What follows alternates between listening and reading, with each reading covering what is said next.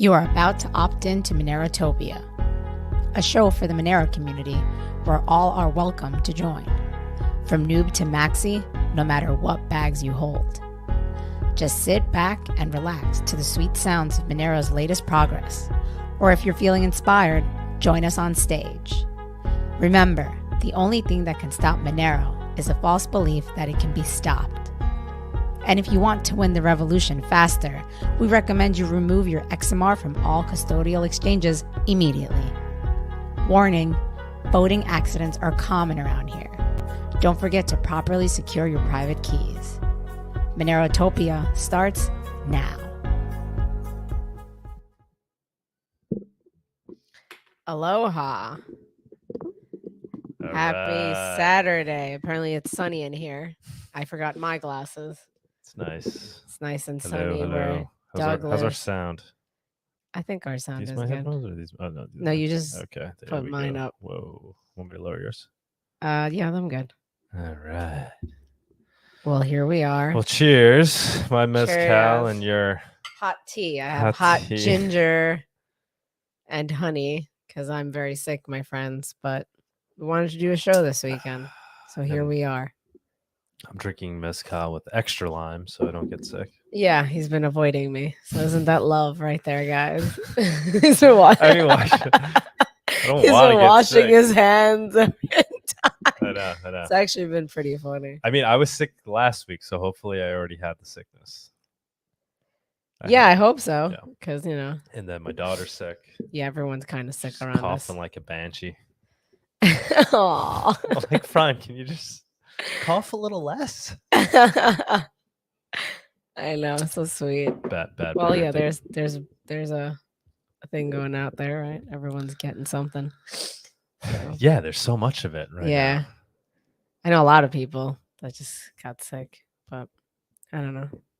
Yeah, I'm all right. I'm getting a little better day by day. It's as if so if I collapse, it's as if on it's air, always been the please same, just carry on, same Doug. level of sickness every year, except we just redefined it as COVID in the past. Yeah, probably for 2 years, and now we're back to normal.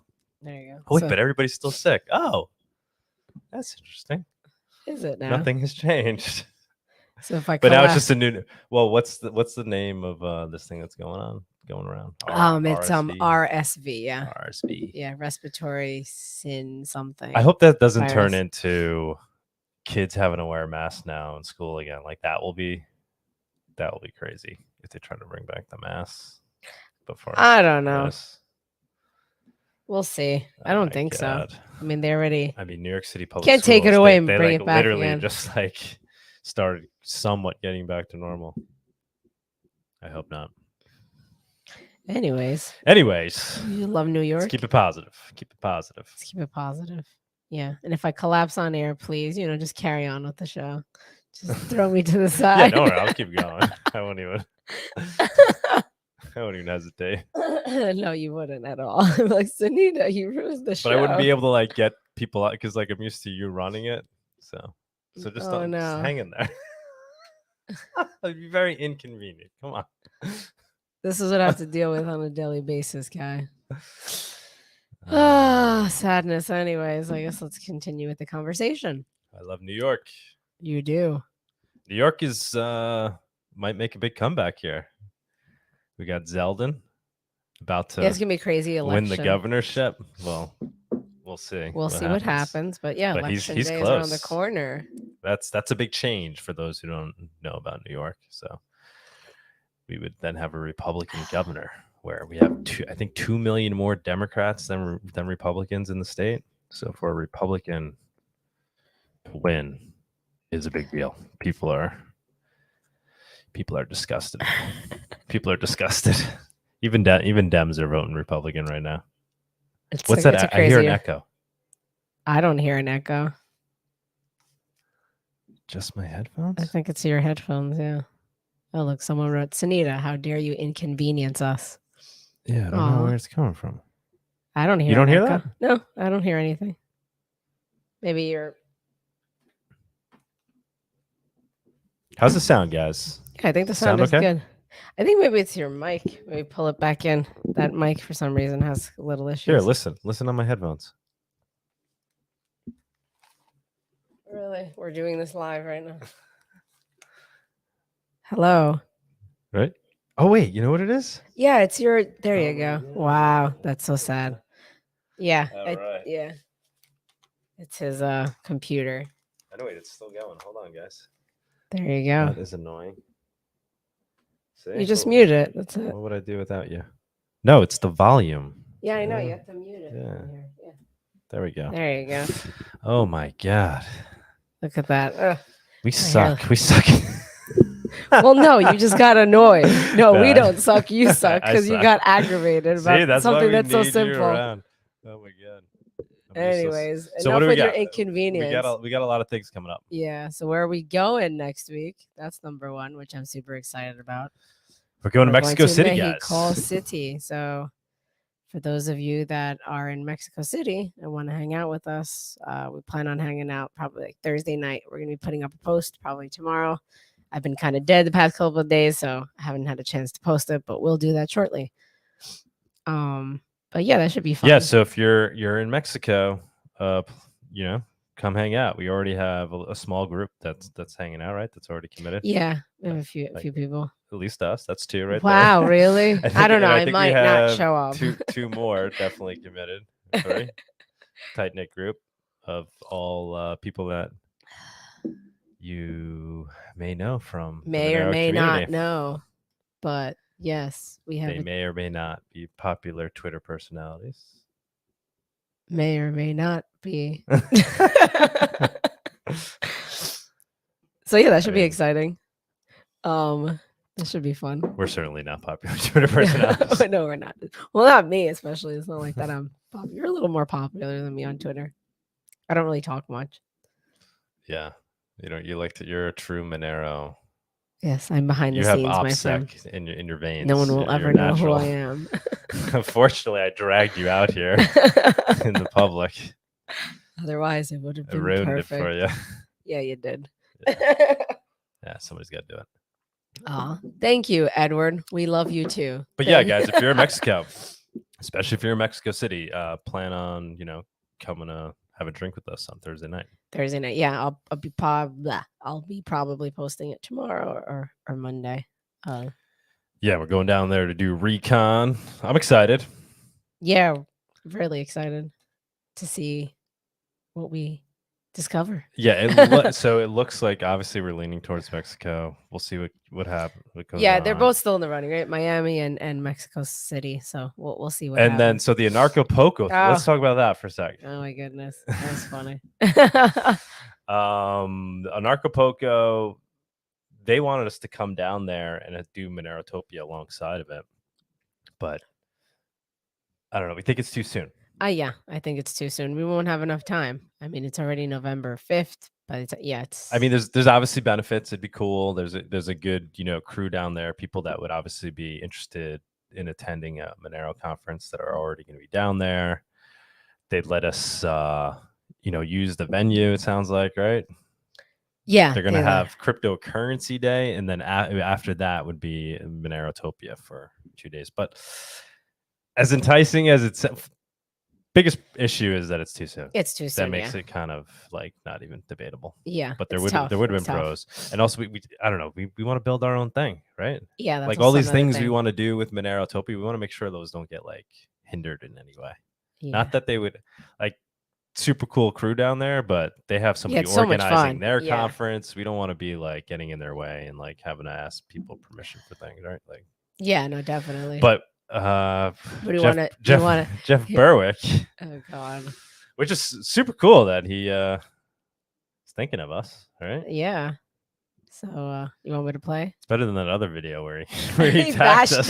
Like we're making progress. I mean, I love Jeff for I mean, he's a liberty loving individual, and he is a very charismatic guy. It's hard to deny. Super chill dude. You want to play the clip? Yeah, play the clip. Lucy. That's like a street Lucy. Oh yes. Oh okay, yeah. Thanks for telling me. I didn't notice that. Yeah, let's walk up here, Lucy. These videos are really good. But that's actually part of the reason democracy is so evil, is all the worst people in society all get basically a say in stealing money from productive people. And that's why they put it in. It's so nefarious. And it's almost impossible to get rid of. But we'll see. We actually have privacy coin digital currencies now. Like, this is so perfect. This is almost miraculous. Like, we're going to see a lot of people in the world realize they need to use Monero in the next few years. What do you think is going to happen to the price of Monero, Lucy? Well, I don't really follow the price of anything, but I bet you can get some more tacos. Yeah, a lot more tacos, Lucy, because the market cap of Monero, I think, is about $2 billion currently. There's 7 billion people on Earth. It might go down to 2 billion over the next few years, but still, that's like 1 Monero per person. And most people are going to realize if they want to survive, they're going to have to use that currency or gold and silver, which you should also definitely be getting. But this is going to be incredible times. And as far as what you can do, there's all kinds of ways you can do this stuff. Like, here's a great, I don't know where this is. Da Vinci's Italian Restaurant. Help us to help you. So it's in pounds, so this is in the UK. Customers that pay their full bill with cash will receive 10% off their total. Who wouldn't want that? Fight against the cashless society. I've seen other ones too, where you can leave a tip and you pay everything actually in cash. And on the bill where it says credit card and tip, you say, see a pamphlet, and you leave them a little pamphlet and explains to them how this helps them to not get extorted and how not to be enslaved. I've seen a number of them. I'll see if I can find one to put on screen. Thanks to Chill. But I should mention that the Monerotopia people are great. They just had a Monerotopia somewhere in the US, I think in California or something, California. And they actually go out and like buy like a beer off a guy off the street and stuff, and they try to pay him in Monero, and they'll help him open a Monero wallet. And actually a lot of people are very, very open to it and very excited about it, actually. That's the kind of stuff that you could be doing. And I should mention the Monerotopia people are considering, because I know the guy who runs it, I think his name's Doug. I hope I got that right. Yeah, Doug something. He was out of Acapulco. He's come numerous times. They're talking about during the week after Acapulco, which is Agoraphobico, doing Monerotopia and actually having a major crypto event. So that's the kind of stuff that you could be doing. So definitely come to Acapulco. That's the kind of people, like, the whole title is The Great Reset, Scratched Out, Resist. Tons of the people who are trying to make this world a lot better are all going to be on Acapulco. Well, he seems pretty hairy. Okay.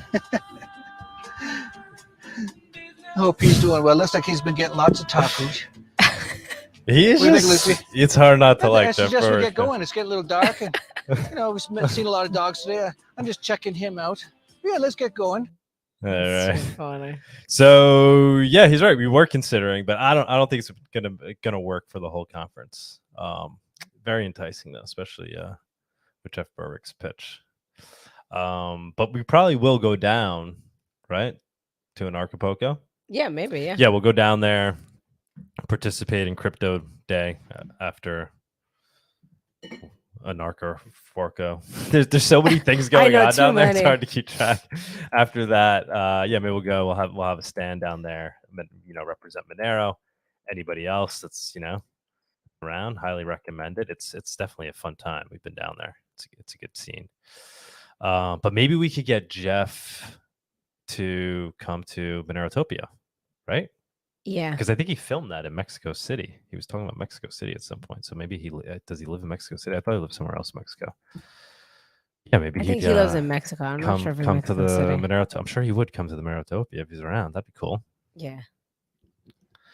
So what else we got? We got Monerotopia decisions to be made. We got to figure out the conference too, right? Like, similar to last year, I want to talk about, philosophies behind Monero, free speech money, agorism, all those concepts.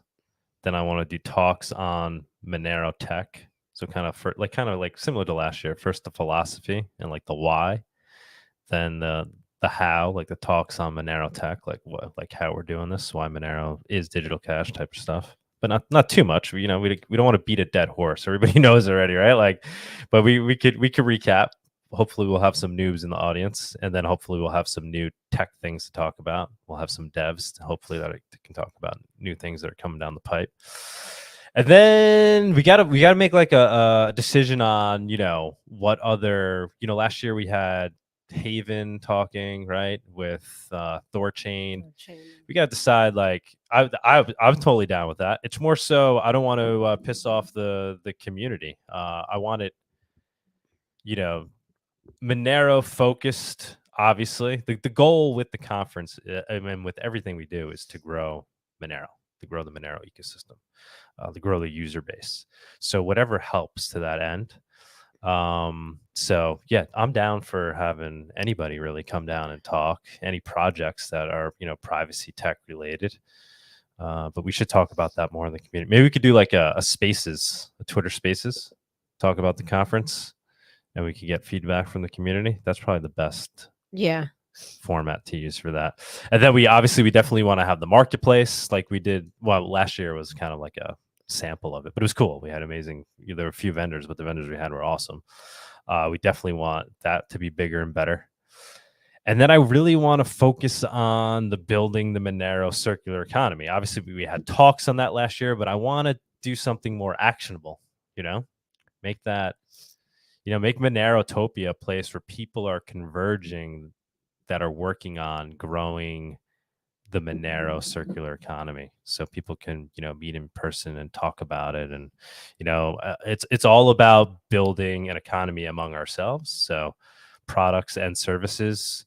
So trying to get the word out on that, as this is a place to come and talk in person, and socialize with others that are also looking to opt out, and see how we could help each other and what services we could provide, and let people come together and new ideas form, right? So we're only going to build this circular economy if we take action to build it. Nobody's going to build it for us. If you want to buy your goods, you want to buy your organic farm goods directly for the farm, well, you may have to be the farmer that gets involved and does it and starts providing that to the community.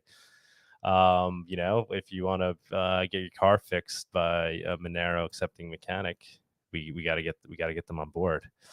So trying to figure out how we can really, in a real actionable way, kind of integrate that more. I know Sunita is dying right now. Oh my god. All right, so we'll continue on the show. We may lose her. Yeah. I'm excited for that. Can we talk about some like gratuitous news, or your two? Yeah, you could do that. You can continue talking. I am gonna collapse. Part of the problem is, guys, I bought these for Monero. It's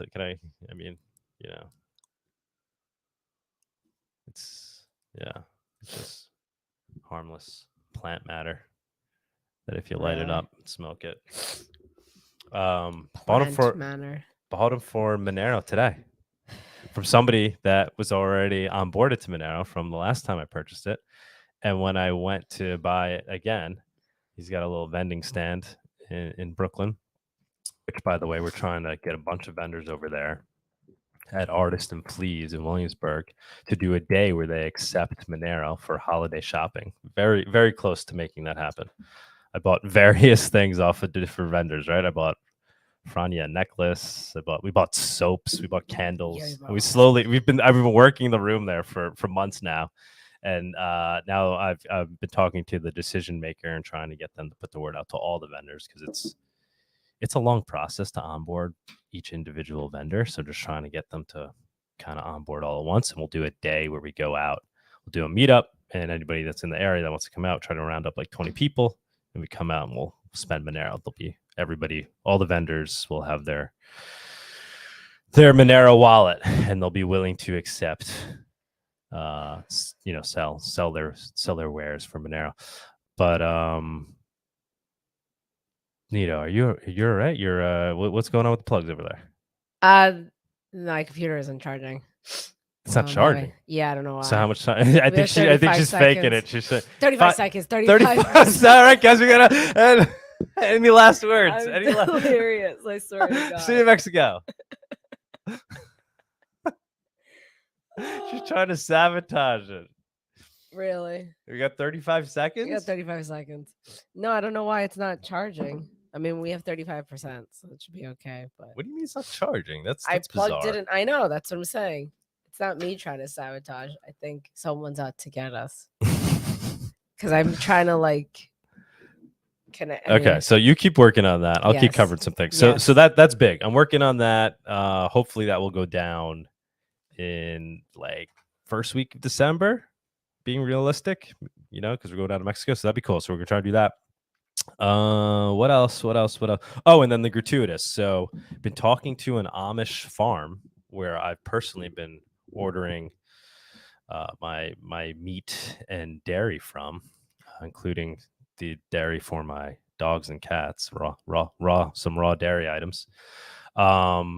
We got them to agree to essentially accept Monero in a roundabout way. So I'm going to sell gift cards to their platform on gratuitous, so you can purchase them anonymously. Obviously, all we need is an email with Monero, and then you make an account on the Amish farmers website. They have a pretty good website considering these guys don't use technology. It's an interest. I've learned a lot about the Amish actually. So I've been talking to this guy throughout the week, and he's essentially teamed up. They teamed up with somebody else that kind of runs the tech side of things. So I spoke to her as well. Ultimately, I might get them to integrate Monero right into their checkout. But for now, we're going to help them out with that, and it'd be very cool. So that's big. And then we're working directly with somebody from the Monero community from Tennessee that is trying to get an egg subscription up and running. You could buy eggs off of this Amish farmer guy, but you know, we want to, the more the merrier. We want to keep adding things, and that one's going to be cool because that will be subscription based. So that is that. Sunita, I think we're ready to move on. How's it going? Did it work? Nope, it didn't work. I don't know. All right, well, whatever. That will. All It's right. your saving grace. Yeah, there you go. Yeah, you deserve it. You deserve it. All right. We could do the price report. Body is here. Let's do it. Let's do it. So lots of The Monerotopia Price Report segment is sponsored by Local Monero. Avoid using KYC exchanges. Buy and sell Monero directly for fiat, peer-to-peer. Hello. How's Bawdy, it what's going on, man? Oh, not much. I just apparently Mexico does our time change a bit differently because we're central, but we're 6:30 right now. So I assumed that we still had like 45 minutes to go. Oh, you guys Sorry about already that. changed clocks there? Okay.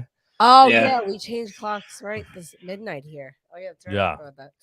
I think that's the best example of, you know, why government just causes problems. It's like now they're Yeah, changing. seriously. We're Like all they gotta off. mess with our clocks, mess with our time, right? Like the sun rises and sets. They gotta make it complicated. People get accustomed to one way of life, and then it's got to change for some arbitrary reason. Gotta Just keep save you on your energy. toes. to save energy. Yeah, it would be nice. We should just stay in summer daylight savings all the time. Yeah, I think we're getting there in the States. I think I give it's a couple more years, and that's going to be gone.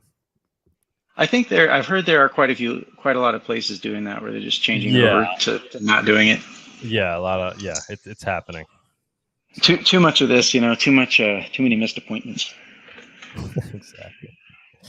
So what do you got, I man? had, like- Obviously, another big week in price and the economy. This is Yeah. So as good as it gets. I have fewer charts today than perhaps analysis, but the big event in my mind this week that I've been waiting for was the Federal Reserve. I wanted to see what they were going to say in their meeting. It wasn't so much the 75 basis points that was already priced in, but it was their forward guidance. Everyone was really high on the hopium, saying, maybe the Fed will, maybe they'll pivot, or maybe they'll pause. Maybe they'll talk about pausing in January or something like that. But Jay Powell just came out and laid the smackdown on it. He said, nope, not going to happen. I did make that prediction last show, right? You did. Yeah. You nailed it. Yeah, I remember you were like, well, what's the chances that he doesn't do that? And I was Yeah, like, maybe. I mean, they've been very matter of fact about what their agenda is, right? And what their mission is, and they've stuck to it, It has been impressive. They kind of mislead about in certain areas, but in terms of them telling us what they're going to do, they've pretty much stuck to it. Yeah. So at least we can respect that they give us so now reason to man? believe. And then we have inflation numbers coming out, I think, next week. I'm sure you'll get into all of that, but yeah, take it away, man. Where are we headed now? Well, right now, price actually looks pretty good, believe it or not. So this is Bitcoin. This is the chart that I currently have drawn up, but essentially we're kind of riding this I would call it a bear flag. So this structure right here.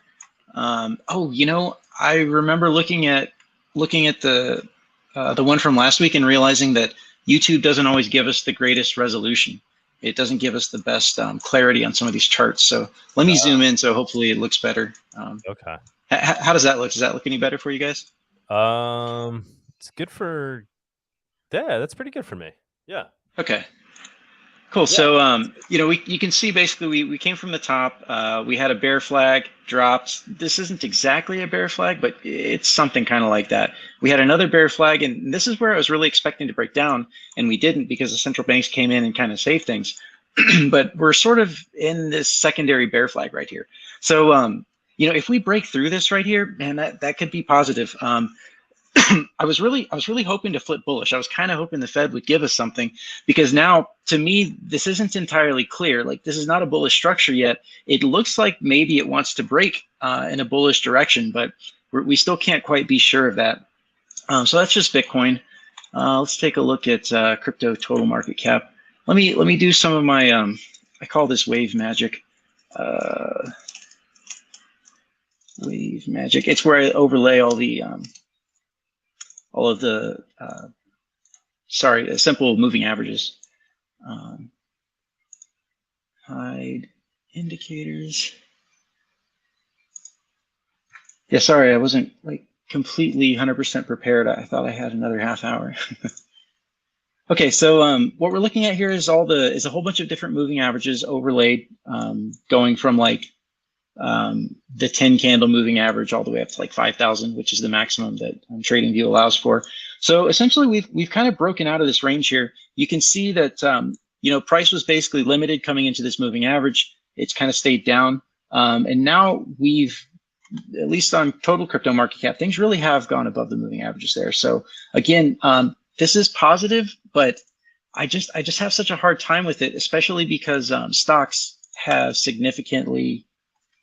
Stocks are they're nowhere near where crypto is at right now. But let's go ahead and take a look at Monero, because Monero price action has been significantly stronger. It's interesting, when the other cryptos break out, Monero doesn't break out as much, but when they crash, Monero really, it holds its own. Our dominance has been going up for the entire bear market. So right here, kind of this area of moving averages would be a place to expect some resistance. Let's go ahead and take a look at Z-scores as well. Z-scores are kind of like RSI, but they're kind of a more statistically appropriate way of doing it. I know people probably prefer RSI, but so Z-scores basically ask how far are you away from the moving average in terms of standard deviation. There we go. Took a while. Let's go on the daily. Yeah, so we've got positive momentum. These are good Z-scores right here. So this area right here is 0.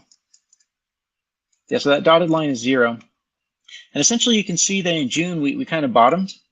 And then essentially momentum has slowly been making its way up. Z-scores are totally a momentum indicator. The other thing is we've got just a slight amount of divergence here. It's not huge, but it is just a little bit. So the thing is, I'm still not biting right here.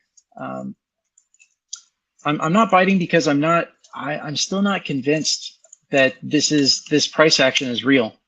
Let me see if I can find my. Let's see. Oh, this might be interesting to look at. Okay, so this is total market cap versus the stock market, and you can see that we've really been going on a pretty big run here in terms of total crypto market cap.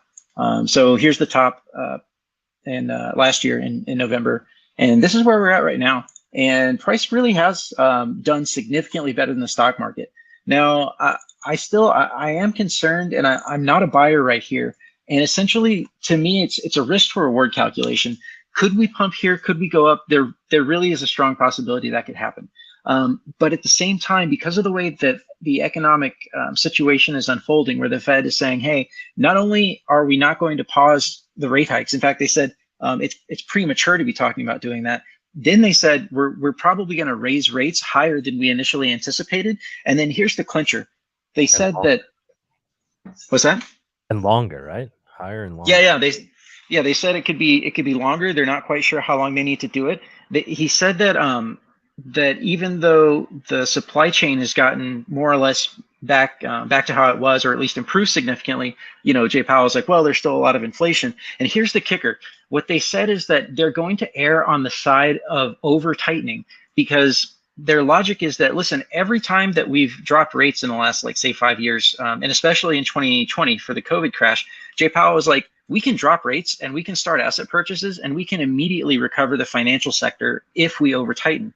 He said, but the problem is if we let inflation get too far ahead of us, that's going to be a really hard problem to fix. So they said that they're gonna err on the side of over tightening, and then if they need to, they can lower rates, and we've seen that will recover the economy, or at least the financial sector. Another thing that he brought out that I thought was really interesting was, so lately I've had this thesis that, the market has been kind of learning. So back in the 80s and 90s, the Fed would change policy, and then maybe 3 to 6 months later, those rate hikes or the changes in interest rate would filter down to the rest of the economy. But what we saw around 2015, 2019 was that as soon as the Fed would change monetary policy, the markets would respond. So like when the Fed stopped asset purchases in 2015, the market, it didn't roll over, but it flattened out. And then in 2018, 2019, the bottom of that pullback was the moment that the Fed stopped raising rates. And so the thing that Jay Powell said is that now what we're seeing is that the market is acting in anticipation of the forward guidance. So it used to be that the market would respond to what the Fed did a few months after the fact. And then in 2015, roundabouts, the market was just doing exactly, it was lockstep with the Fed. But now the market moves just on the anticipation of what the forward guidance might be. So it seems like the Fed is acutely aware of these things happening. And so to me, that we look at the situation going into next year, and I think, man, that's a lot of, those rate hikes make leverage more difficult to continue, right? You have to pay an interest rate on leverage on the money you borrow to make these bets. They're still selling off their balance sheet. We still see reverse repos are still pretty flat, but they're, let's see, where are the reverse repos? Maybe I don't have them here. Yeah, I guess I don't have them here. But anyways, reverse repos are basically flat right now. So it's just, going into next year, I think to myself, okay, if I'm wrong, or it wouldn't really be wrong here because I'm kind of 50-50. I'm not a bull, I'm not a bear, I'm just neutral right now. But if we pump and I decide not to buy, I think it's very, very likely that at some point next year, I'm going to have the opportunity to rebuy around these prices.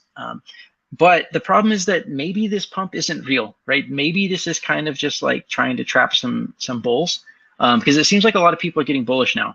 And what I don't want is to have done such a good job, sold the top, and then I'm patiently waiting here, and then to let the FOMO get the best of me, and then watch the market drop back to 16, maybe 14,000. So to me, it's kind of a risk to reward thing. But there really is probably a lot of opportunity. There really might be an opportunity for people to make some money here. Let's see. Okay, so these are the Fed's reverse repo purchases. Essentially, this is about $2.2 trillion of cash just sitting with the Fed that's liquid. These guys, it only sits overnight. So the people whose money this is, basically institutions, they have very quick access to this cash. To me, once we start seeing, if we start seeing this trend down, that's a really good sign that we might actually be getting out of this bear market. Let's see. Oh, here's another thing I really wanted to show you guys today. This is a regression analysis. This is one of the big things that helped me to call the top at last year in 2021. So essentially, you're just taking at least the top line. So you're taking this point here, that blow off top, this blow off top, and this one. And you're drawing like a statistically provable best fit line through all of these lines. And I think I showed you guys this last week. I can't remember. But anyways, we essentially, so we hit this within like 1%. So now the bottom equation is more difficult. It's a lot harder to come up with that one, because you could just drop these 4 points into a spreadsheet and it's gonna spit out a really easy equation. But the bottom one is more complex, and you have to do quite a few more checks. So I delayed doing that for quite a while. But so essentially, this yellow line is kind of the first capitulation, and then the red line is the second capitulation. It's like the ultimate low. So the thing is, we're kind of in between this zone right here now. What I'm thinking could happen is something very similar to what happened in 2015. So we came down, we hit the bottom, and we spent almost an entire year just hanging out down here. I think that's very likely in the cards for us. Like if we don't make a lower low, I think that Bitcoin is very likely just going to kind of trend on the bottom here. So it's totally possible right now, for example, that that maybe I'm going to draw some squiggles. These are very dubious, don't trust them at all. But, maybe we do something like this, where price kind of does this, and then it comes back down, and then maybe sometime next year we do that. Or it could even happen a little bit further down. What price perhaps. does that put us at for the bottom over there in your squiggle line? Oh, right there, that would be like 17,000. So, basically just the same low. Right now, it's sitting at like almost 14,000. If we were to just crash tomorrow, let's do a little overlay just to see what this bear market looks like. These are also highly dubious. It's called a bars pattern, or some people will call it a fractal. But it's useful just to kind of get an idea for how maybe the market might rhyme.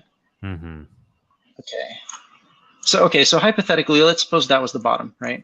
Let's just line up that bottom area right there. I don't know. I mean, I guess it has been quite a long time there. I think I did something wrong. I don't think I did that right. Mm-hmm. I think I did something wrong. So is that January 2015, August? Yeah, I don't know. We kind of have been, let's just do a measurement. How many candles is that?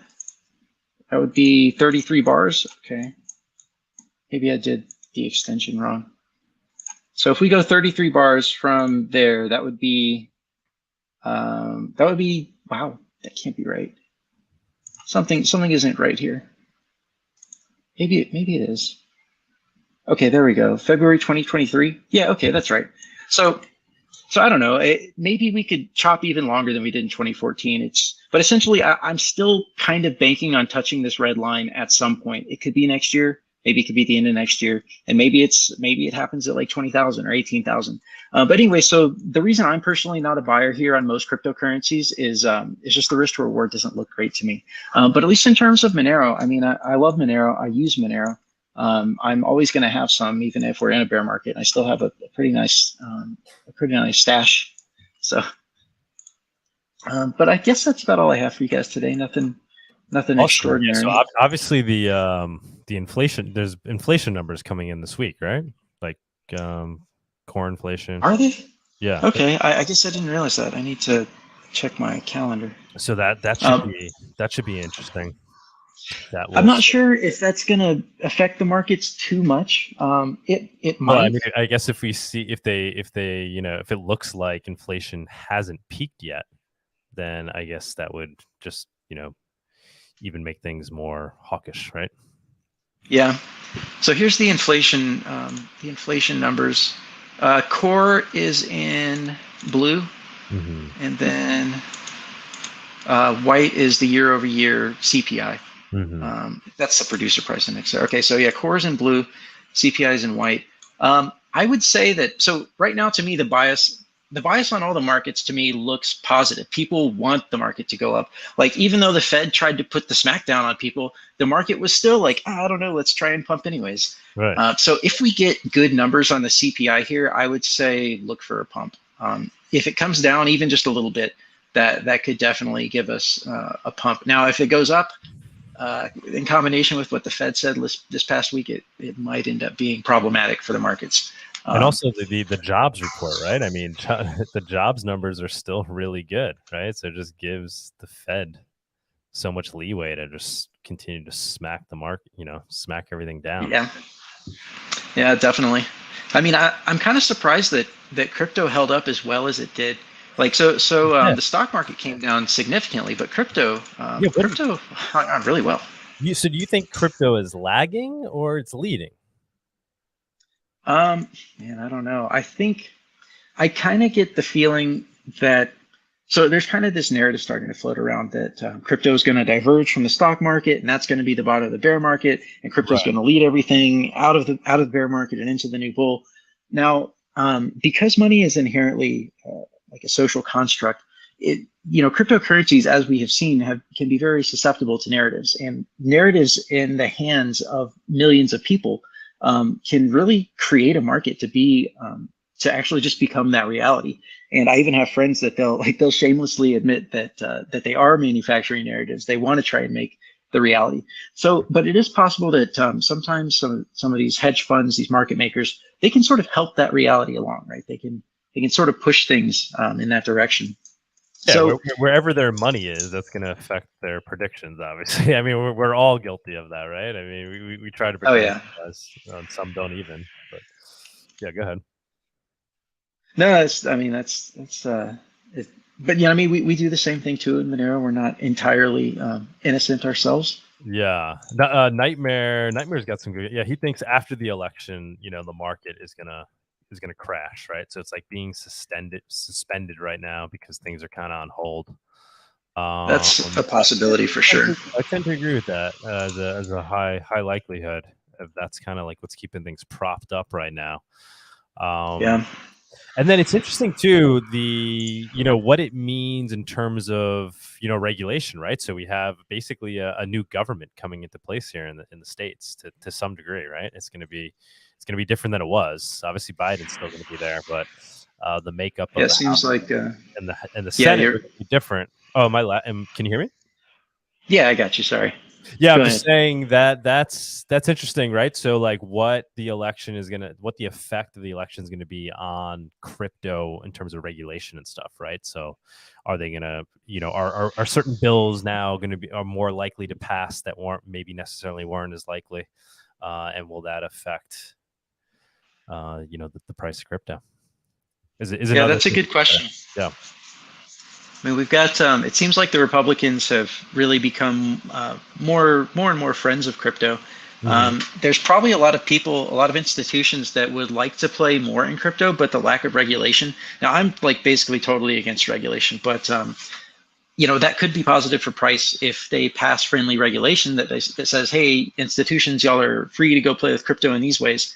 That all that stuff takes years though. Like maybe next year we would see some bills being proposed, being passed. But if the Republicans do that from the Senate or from the House, really, it seems like with the way things are so contentious that the Democrats are going to be like, no, it's the crypto scam stuff, and we've got to block it. And Biden will, he'll choose not to sign the bill. So I don't know. I guess we have to see how that goes. Yeah. I think the things like I'm most interested in, and I think we have it in the news, like they recently had a ransomware summit at the White House. So things like that are starting to move, right? And they're calling out cryptos in there, and they're talking about the need to globally clamp down on KYC AML for crypto. So I don't know. Yeah, Republicans seem to definitely be more pro crypto in general. But I also, in terms of where they stand with things like ransomware and funding terror, the fact that crypto could be used to fund terrorism, things like that. It's kind of we'll kind of see where people end up standing on those issues. Yeah, I mean they love to grandstand. There's always that. Dude, thank you so much. We're actually quickly running out of power over here. So Nita wasn't able to get I don't know what happened. I think the adapter is messed up. It knows your computer is trying to save you. It's trying to take care of me. Sunita's running out of battery too. I am running out of battery. Okay. I'm slowly just. All right, guys. Well, it was a good time. Look forward to talking with you all. Hopefully Thursday next week. Yeah, definitely. Cannot wait to meet you and hang out. I mean, obviously we met before, but cannot wait to see you again in person. Very much. Yeah, likewise. Excited about it. All right. Thank you so much. Enjoy the rest of your weekend. Yeah. Thank you. You too. Bye. Yeah, so we got like at least 5. We got 11% people showing up at. Okay, let's focus here, my friend. We got 11% on this laptop. 11%. So we'll choose. Let's see. Tony usually takes about 3 hours for the news, so we'll probably get in through like. Come on. Well, our guest never showed. I don't know So what happened. everything's working out to your favor tonight. Seriously, the universe is on my side today. He might have been, because usually you partake in helping schedule the guests. Maybe I didn't. You probably did a explain terrible things job, well enough. and you were like, "Oh yes, please come on." He's And in the guy Europe, thinks, like, but he seemed to be fine with the fact that it was at 8 p.m. tonight, which would be super late. But he's like, yeah, that's fine. Maybe he thought I so meant maybe another day. Yeah, he probably thought. Yeah, definitely. That's funny. So, That's hilarious. but yeah, we'll have him on another day. Yeah. And just works out for all the better because we don't have enough time. So we'll go to the Let's news. go to Let's the do it news. on 2X. Tony, 2X in Tony, person. you want to jump on? Well, right now we have Monero Boating is here. Maybe he could be our little. Well, no, And I know his some people devices wanted are not to jump on stage at the end and talk about some stuff. So hopefully we get some battery left for that. Oh God! Well, we're waiting for Tony here. Oh no, Monero Boating. Tony said he thought it was 6 p.m. Is he referring to our guest? I don't know. No. Or maybe he's referring to. And now Monero Boating, who's there, his mic isn't working. So. Oh no! Uh-oh, but Tony. we just keep forging ahead. We do. Oh wait, there's Tony. There's Tony. Tony! Go Tony! Go Tony! Hold on, let me do the little intro here. Weekly news. Hold on. Yeah. And now for our weekly news segment. Needs to be changed. That needs to be like Tony. Like it needs to be like a mini clip of Tony in the news. Tony, Yes. we need to make that. We need to make All it right, good. we got 10%. Stop. Hold on. Go, I Tony. gotta get this thought out. We need to make a good Oh my news God. intro with you, Tony, in the news. Yes, we will. Yeah. Yeah, and me getting beaten by people that don't have the same beliefs. And the All news right, section. 1%. Go. Okay. go. Dire screen. Okay, it's good. There you Okay, go. hey guys. Let's get into it. So it's gonna be faster than usual, but Yeah. So for the first thing, President Biden said that Elon Musk bought an outfit that spews lies all across the world. Now, of course, he's not known for spewing lies, sorry. And he's known for crashing bikes and the economy, and he's all out of bikes, so he's gonna focus on the economy more. And it's just what? Like, why? Why would he say that? Especially because he himself is lying so much about inflation numbers and all these things, like as we know. So it's just interesting that he said that. But moving on and talking about Elon Musk, he's going to charge $8 for the verification badge that he have on Twitter, which some people agree with, some people don't. I'm not sure if it's going to fix all the problems that we have. Some people claim that Twitter wouldn't verify them, but then if they talk to some people from the inside and paid like $15,000, then they would get verified. And there's some big names that said that. So I'm not sure if it's going to fix the situation, what's going to happen. But it's interesting, and it got a lot of attention, and it went down from $20 to $8. So it's not that bad, and it's going to be adjusted to people's location and where they live. So it's accommodating to their economy, because for some people $8 is too much. Tony, can you hear me? Because I just almost accidentally unplugged everything. Yeah, I can. Okay, good. Yeah.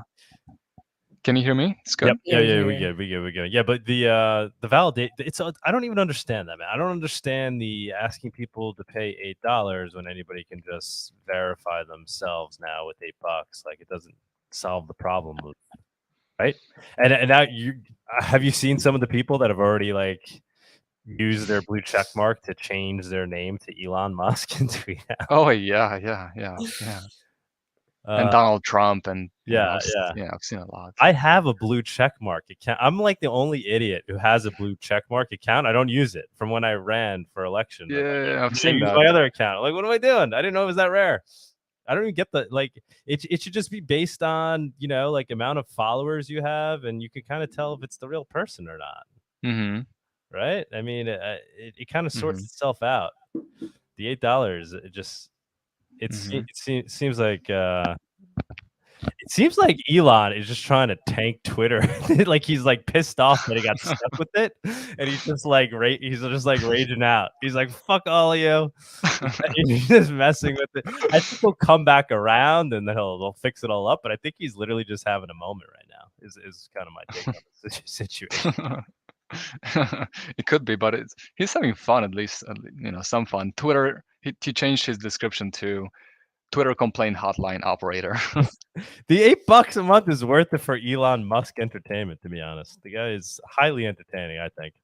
Oh, for I sure. feel like people are getting Yeah. a little sick of his shtick, though. Okay, we're at 7%. All right, go ahead. Okay, 7% moving on. Then I guess we should go over the text-based news, and then we'll go back to the videos if we have time. Yeah, for those that are listening, all the links are in the description. So, if the stream dies Go, down, Tony, go. go. Okay. But I have to play this later. Like, it's really good. But Turkey is closing in on 200% inflation. The President Erdogan gives his people always more reasons to opt for Bitcoin, according to Sylvain Saurel. But essentially, authorities speak of an inflation level to 85%, but it's obviously way and beyond that. It's more close to 200%. And they're obviously lying about the metrics, like they are here as well. There's no way that is the level that they're talking about, which is 8% or whatever. But yeah, the food prices went up, everything went up, and the Turkish lira is on a huge decline since 2019, I believe. And then this article goes into more detail. But now let's move on. Let's keep it going. They want to declare a pandemic amnesty. We need to forgive one another for what we did and said when we were in the dark about COVID. Now, they shut down your business, they shut down schools, they've done all the things. They wouldn't let you see your family members when they were in the hospital dying. They wouldn't let you do a lot of things, but now they want to declare amnesty. They want you to forget everything that happened. Like, like kids, for example, like this kid specifically, this kid, they can't stand still. And obviously, they'll get nosebleed from the nasal swabs from COVID and things like that. But I mean, this is the least thing that would happen. There's way worse occurrences from the pandemic. But yeah, there's not going to be any amnesty. We will not forget. We will not forgive, and we are going to use Monero because it goes against this amnesty that they're talking about. And we could talk about this for a long time. I got the power up and running, so we can talk about it for a long time. Yeah, we're back in action. Oh, Tony. you do? Yeah, we're good. I don't know about Sunita's power though, so we won't go too long. But yeah, the amnesty thing, obviously forgive, right? We got to forgive, right? It's the only way we move forward. We forgive people, but we don't let them forget, what they did, and they need to admit that it was wrong. They need to come to terms on their end, and start. More people need to start admitting that they were on the side of tyranny, which is a hard pill to swallow. But yeah, so if that's what they mean by that, I mean, I'm all fine with forgiving as long as people started admitting that they were wrong and they were on the wrong side. Yeah, well, I don't think that's going to happen because they won't admit their own lies. It's always the other person. So it's happening. People are realizing. It's just, it's the human nature, it's human condition, right? So people need to come to it on their own terms. It's like trying to convince a BTC maxi, that Bitcoin isn't private, right? You could yell at them all day. You can show them the facts. You can show them everything, but at the end of the day, people need to come to it on their own terms. And I do think that's starting to happen, which is a good thing. I mean, like I said, look at here in New York, they're about to elect a Republican governor in a state that has 200 million more Democrats. That's an indication that people's hearts and minds are changing, which is encouraging to see. Yeah, for sure. Beautifully said. But then let's talk about politicians and things like that. Let's actually play this video. We have played it last time, and it's about Rishi and the CBDC. But this one is 2 minutes long, and we'll play the whole thing because it's really worth it. In this specific video, we have Russell Brand and his take on it, and it's really entertaining. Plus, I mean, he's very aware of a lot of things. So let's watch it. Oh, did I check the audio? Oh, let's try it first. Can you guys hear anything? Nope. Nothing. Okay. So let's go back. 1 sec. I'm gonna stop sharing my screen. Share screen. Share audio. There we go. Okay, awesome. Should work now. Okay, so let's watch this video. Central bank digital currencies, CBDCs. Central bank digital currencies could be a digital version of money, a bit like a digital banknote. I like it because we've got a broad concept. What if this person's an idiot? Which we think that they are. It's like a digital penny for your digital money box, for your digital shithole that you live in. You will owe nothing. You will be happy.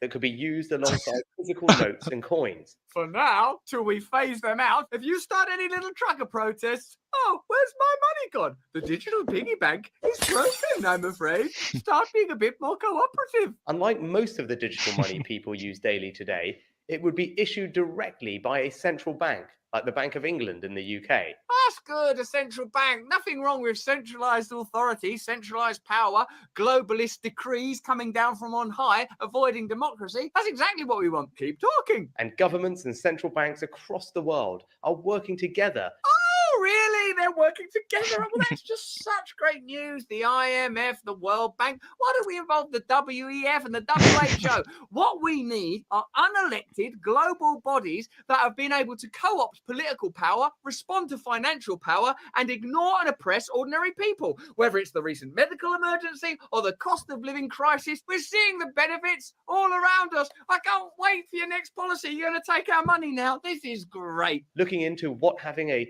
digital currency might mean in practice. I think I know what it means in practice. More power for you, no power for us. This includes issues that people care about, such as ensuring users' money would be safe and secure, that it could work with other ways to pay, would be energy efficient. Oh, it's got to be energy efficient. I was about to say, is it energy efficient? Is it energy efficient? I've got to make sure. Oh, a few other questions. You wouldn't use this ever, would you, to implement control or to advance social credit type systems or to shut down the bank accounts of people you disagree with or to surveil people and have a surveillance network that you've developed in conjunction with big tech and now a financial arm that you're developing so that you can lockstep together and gridlock us in a digital prison of surveillance tyranny? That's just off the top of my head. That was the whole video. That guy is a freaking genius, man. He's such a good, I love him. such a good communicator. And his I love his brain, man. I love the way that guy's brain works. I love him. He's so funny. He's so aware of what's going on, and he was so on point. So I was so happy when I saw this video, and I said we have to play it. I'm lighting this up in honor of him. I can't see. Okay. I can hear what. Okay. Did you get it from the Coconuts guy cousin or? No, I got this in New York today. I know. Coconuts guy. That was last time. No, he's down in Miami. I know. Yeah, but so he's super interesting. But let's talk about David Icke. I've been listening to David Icke for a long time, and I don't believe in all the things that he says. He does talk about reptilians and some other stuff. But he's now deemed a level 3 terrorist. He hasn't killed anybody. He hasn't done anything, but just speak up his mind, which you could shut off, right? But he's been saying a lot of things about COVID before it happened, and then all those things did happen.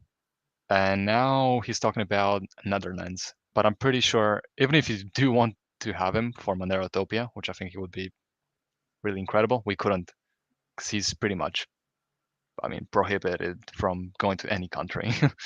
I don't know much about this. What's going on? What happened? What did he do? I'll play this video, but he's been talking about the government for a long time, like decades, and just exposing what they do. And it seems like whatever he's been saying is starting to be true.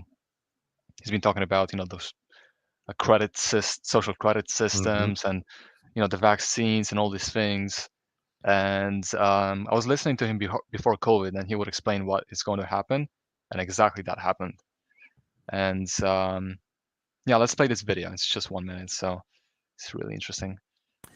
As the Dutch government, a guy called Rutte, the prime minister, completely owned by the World Economic Forum and Klaus Schwab, why has he just announced that the Netherlands, the second biggest exporter of food in the world, is targeting farmers to destroy them and get them off the land, which is where all these farming protests in the Netherlands have come from?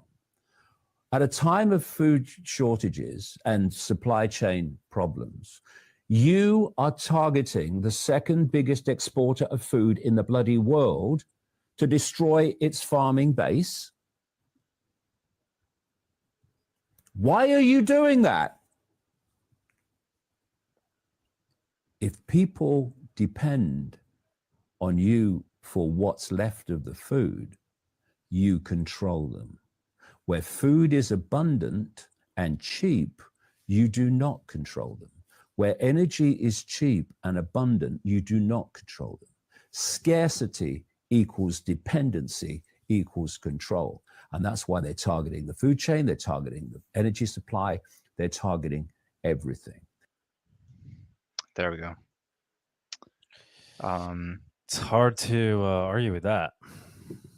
Yeah, you can't say anything. I mean, who knows? Maybe one day it's going to be so bad that Gratuitous is going to be the second largest distributor of food around the world. Dude, I dream Monero.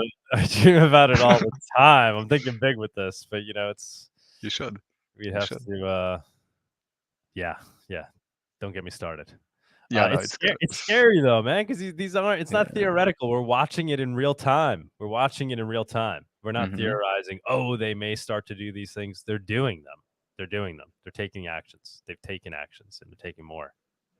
They have, and all this stuff, like all this level of control, has been happening before. Like we had communism.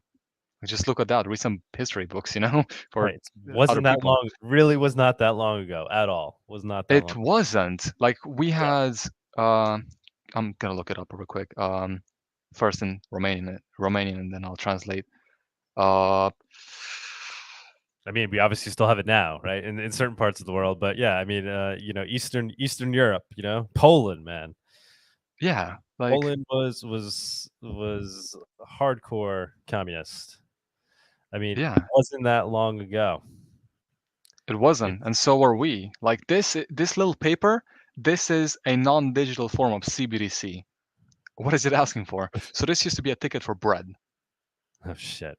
It asks for your name, last name, where you live, your ID number, the name of the place that you got the bread from, how much bread did you get, how many grams did you get, and your signature. And you will go every day. And you'll be assigned only so much. It asks for everything. So we've had CBDC.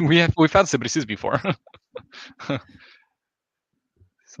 Time is of the essence. We got the circular economy is going to start to grow out of real need. It's happening. It is happening, but it's not happening with Cash App, is it? Because they're censoring Bitcoin transactions to wallets of Cuban residents due to sanctions. A user reports, not your keys, not your coins. And I think someone wrote down that it's happening in Iran as well, which I think it is.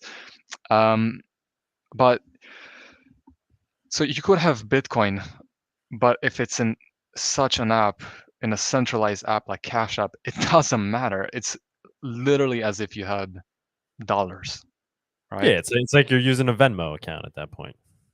Exactly. Yeah. Like no, but I mean, so that's, I mean, this is no surprise though, right? All these guys are going to be doing this. It's just a wake up call that people need to realize that they need to, you know, use pure wallets. You know, that information needs to get out there. And the wallets are convenient enough now where it doesn't make, you know, why not use Monero.com wallet or Cake wallet? Like the jump between that and Venmo is so small. When I went and I made this purchase today, like I said, the guy, I had already set him up with Monero.com wallet like 2 weeks ago. And I had made a purchase then. And when I walked in today, he recognized me right away. And he put out his wallet and he wanted the Monero. He wanted a Monero. And he's like, hey man, he's like, it worked. I was like, what worked? He's like, it worked. He's like, I was able to buy a gift card with it. And I went to I think he said he went to Applebee's and he like feasted. I was like, oh man, I was like, that's awesome. I'm like, but you should also, save some. I'm like, it's learn about Monero. I'm like, I love that you're using it though. That's amazing. Like that was amazing that he did that. And then I sent him, whatever it was, another couple of bucks for my purchase today. And I reiterated the fact that the most amazing part is when I send you this Monero, nobody knows, man. It's not Venmo, not Venmo.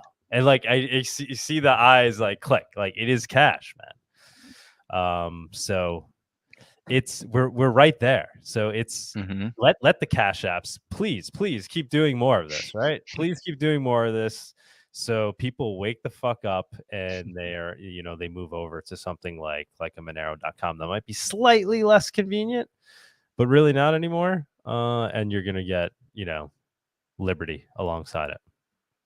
So I think that's good news. That's bullish news for Monero. As that always. Is bullish. Anything that is bad is bullish for Monero, unfortunately. If but also like you can also say, hey, do you know that if you get over $600 in Cash App, you need to pay taxes?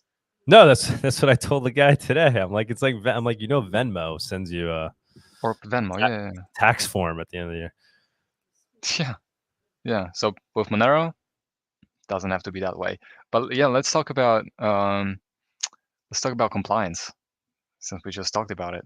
And let's talk about Ethereum. So Ethereum is quite literally an arm's length away from becoming 100% owned by OFAC. And essentially, the validators censoring transactions can decide to no longer build on blocks or will only build on blocks that are OFAC compliant, right? If it's not OFAC compliant, if it doesn't comply, we don't want it, essentially. And the longest valid chain would no longer be censorship resistant. So Ethereum equals OFAC coin. And if you just look at the numbers, 14% are not OFAC compliant, and then 72% are OFAC compliant. And the merge is not old, I mean, what I'm trying to say is that it's new, So it's sorry, I got distracted by someone in the comments. It's new, like it just happened, and we're already seeing these numbers, these high numbers. So it's going to be more and more OFAC compliant over time. So it's interesting to see.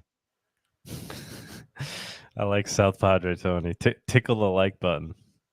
No, I know that's why I got distracted. I was thinking about something, and then I actually saw South Padres. I did hit a like right now, and then that's why I couldn't think for 10 seconds. Because I have the chat to my side. Yeah, give it a like if you like it. If you don't, then don't, I guess. But if you do, it helps a lot. So like it. But yeah, so it'd be cool to have someone from the Ethereum community talk about this. Yeah, we're working on that. We're trying to get somebody doing Monero Talk on this. Awesome.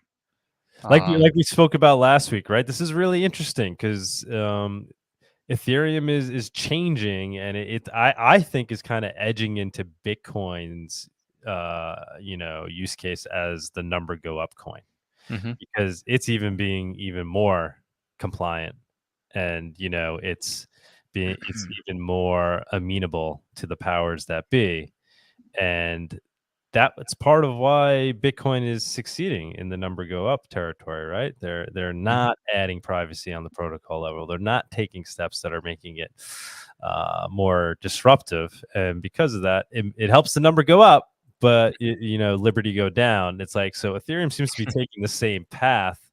Plus, with the, my understanding, this, obviously you have the proof of stake, right? So coins getting locked up with that. And then just with the fact that DeFi is on top of it. I'm starting to sound like a Monero, an Ethereum bull. I realize as I speak. I mean, if you want to go down that road of number go up, it's like, I would think people would start to look more at Ethereum. And then, so then what is Bitcoin then? All right, well, it's censorship resistant. It's digital. No, it's not.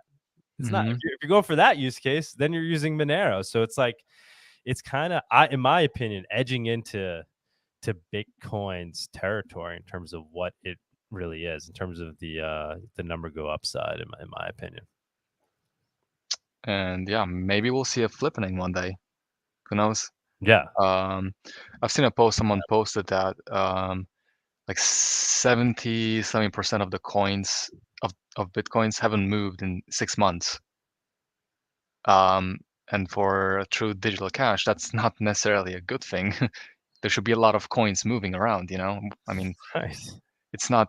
The incentive isn't to use. There's no reason to use. Why are you gonna go, oh, like, let me go use this thing that I'm hoping goes up in value, and when I do use it, it's worse than using, you know, a credit card potentially, in terms of how viewable my transactions become. Like, there's no reason to transact with Bitcoin. The only reason is, all right, censorship resistant. Like, you had, like, it's like a do or die transaction, and like, why would you go that route?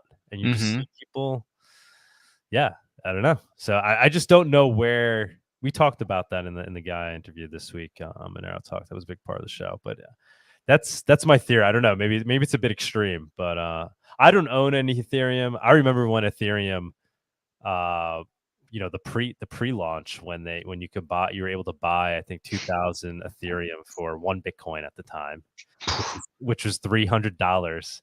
And this is when I was like really a BTC maxi, and, you know, I didn't have a lot of money, but this is when I was starting to like accumulate as many Bitcoin as I could, you know. I was like, no, I'm not gonna spend one of my valuable Bitcoin on that. Like, I would never. And yeah, sure enough, man, they you know, Ethereum, you gotta give it some credit. And like, people making the argument that Bitcoin is more censorship resistant, it's easier to run a node. What we've learned with Bitcoin and the fact that its number go up, it's like people just start to overlook those things, right? And they start to not, like, the decentralization aspects of it and stuff end up not mattering as much. So I don't know. That's my long-term theory, which I think is very bullish for Monero, because then that places Monero as the thing that's used for what Bitcoin was meant to do. Yeah, for sure. And I know you say sometimes that if Monero hits $1,000, that, you know, whatever you know, whatever you're gonna do, a big party or something like that. But I think $1,000 is really nothing. Really nothing. Oh yeah, that's just the beginning. Yeah, that's just absolute beginning. And you know that, you know, it's a good way to make some money as well, of course, if you're willing to do that. But yeah, I mean, $1,000 is gonna be absolutely nothing. But I don't know why, because these people are so smart. Like, Vitalik is such a smart guy. Like, he made Ethereum when he was 19. You know, like, yeah, that guy's, he's insane. He's a genius, you know. And, you know, he was writing about Bitcoin so early in such a detailed way, and so showed so much he was explaining Bitcoin to everybody back in the day. That was his original claim to fame. You know, he worked for Bitcoin magazine, right? He was like one of the reporters. And yeah, and then he invented Ethereum, man. And you know, it's people couldn't conceive of it potentially working. And it's what is it perfect? No, but it's what we're learning is, you know, these things don't have to truly follow the most ideal thing for them to, for some reason, be, you know, it's serving a different use case. It's semi uncorruptible. It's not pure like Monero. That's the Monero thing, but it's serving a purpose in the decisions it's made, and it seems to be edging into Bitcoin's purpose, in my opinion, in terms of the number go upside. I think so as well, but I don't know. I really feel like he's a genuine person, so I'm really curious what he's, you know, where Ethereum is gonna be in a year, or what's gonna happen. But what I do agree is that we should abolish daylight savings time, as he says. Don't get me wrong. I think Ethereum fucking sucks fundamentally in terms of the fact that it is grabbing hold as number go up, because we're gonna have this thing that can be, you know, controlled by governments, that's gonna gain network effect and maybe global utility. That's horrible. That sucks. Yeah. But Monero will also be one for different use cases, and maybe eventually, layers get built on top of Monero that ends up, where you could do the things that you're doing on Ethereum on Monero, and that happens down the road. Yeah. Yeah. So there's so many things, but Doug said about we talked about basically proof of stake, but if you're still into proof of work and you're into Bitcoin, you can go to Walmart, and I'll give you two options. You can go to Walmart and get yourself a Bitcoin miner. You can get this one for $6,000. It'll give you 104 terawatts per terahashes per second. It's a Bitmain Antminer S19J Pro. Looks pretty big. So you can get that, or what you can do, you can type in AMD MD9 CPU. And ladies and gentlemen, you can buy yourself a CPU and mine some Monero for way cheaper.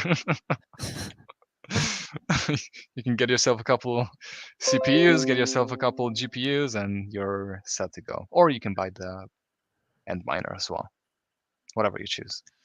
But I think it's interesting that they sell it in Walmart. I think it's interesting. That's really interesting. I mean, it's obviously not. I can't imagine it's right. The most efficient way to get involved in crypto is to buy.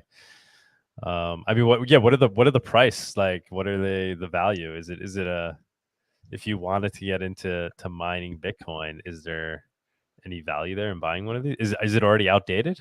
It's got to be, obviously, right? It's a good question. I'm not sure how much. I don't follow Bitcoin. Like, what is the latest and greatest ASIC? And I can't imagine. It's got to be like, right? It's got to be like a horrible buy. There's no way. Yeah. I don't think this is enough, because you also, you need to account for they're trying to pretend like they're already at the commodity stage, and they're just not. Like, that may happen in the future where an ASIC essentially is as commoditized as a CPU, but there's just no way. Which is funny, which is what the point you're making, right? Like, so Monero's already there. It's called a CPU, people. Just buy one and you're there. You don't need to buy specialized, Exactly. Yeah. Plus, like, this thing makes a lot of noise. Like, it makes a lot of noise. The CPU, not so much. Like, this sounds like a helicopter. It's really loud. So even like say that it is affordable, it's still so loud. Like, it's so much better to just get a CPU. Even from that standpoint, it just makes more sense. So yeah, and it has no alternative use cases either. Yes. Which Bitcoiners would somehow tell you why that's. I get the argument. I don't agree with that argument for why that's even a good thing, but keep going. Yeah. But there's positives and negatives within the space itself. Like this one, ChangeNow.io. Seen a couple. The reason why I'm talking about it is because I've seen more people discuss it. So I thought that it is quite important. Essentially, I guess I haven't tried them, but that whenever, say, this person sends some Bitcoin to be traded for Monero, and the transaction usually takes less than half an hour, but after a couple of days, he still didn't receive any coins. And he talks about the issues and things like that, and essentially that they're holding customers' funds because they can't just send you, if something bad happened, they can just ask for a refund address and they can give you the coins back. Which actually, guys, be careful, because I've been tricked sometimes into sending some crypto somewhere, and then they had some issues on their end, and the only way that I could get it back is if I KYC'd, and I had to sometimes. Not that they do, but I'm just saying in general. But yeah, so I guess be careful if you're using Change Now. Look into it, do your research, and just stay wary. Yeah, I've heard that. We use Now Payments on Gratuitous. We also use the Monero Gateway, and most all people use that. But we also have Now Payments, and that lets anybody pay in any crypto, which is kind of cool. It's worked out pretty well.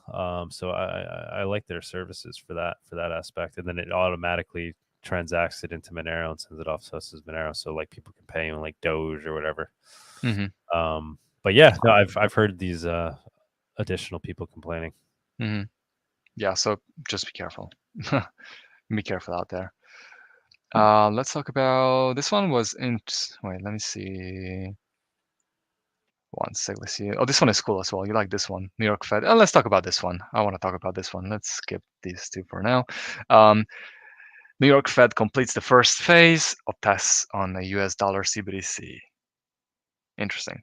So the Federal Reserve Bank of New York has revealed the successful completion of a test that involved the use of a central bank digital currency for wholesale cross-border transactions. Yeah, sure. I mean, you might get censored, but exchanging a US digital dollar with experimental foreign currencies on separate blockchains. And then they just, give more and more details about that. And it says the recently completed phase 1 of the experiment explored the potential applications of blockchain technology to enhance the functioning of cross-border payments. It lasted for 12 weeks and included the development of a wholesale CBDC prototype. It's obviously going this way. Obviously. Why shouldn't it be? And just like Rishi said, the current, the present Prime Minister of UK, they'll make you think that you'll have your CBDC and cash, but you're not going to eventually. There's only going to be CBDC, and they're working on it. So they just want to get rid of cash, as Nitemare said in the comment section.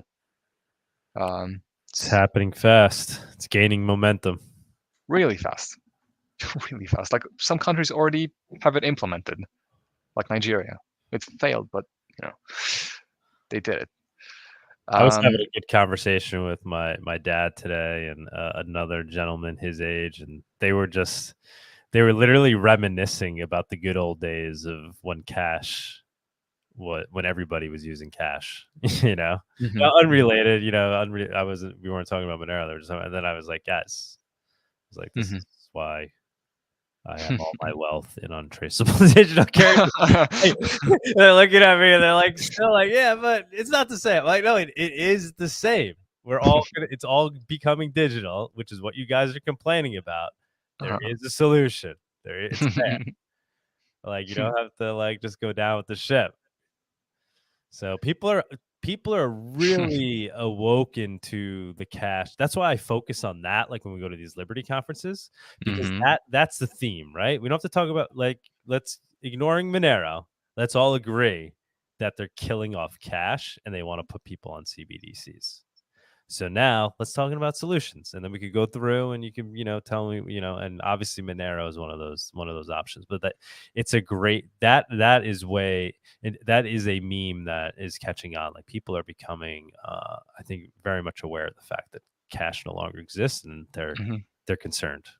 Talking about the conference, have you seen, I tagged you, Justin Amash tweeted something about, I think, privacy or decentralization, something like that. Have you seen that? No, I forget. What did he say? I didn't see it. Something like that. Something along those lines. But when, I think, wasn't he? I think he's running for presidency.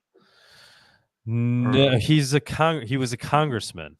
Yeah. He was the first major elected libertarian. He was a I believe. I think that's it though. He was like a libertarian congressman. Yeah. I mean, he may run on the libertarian ticket as the president. I don't think he's like the front runner for that. I don't think he's in Congress right now.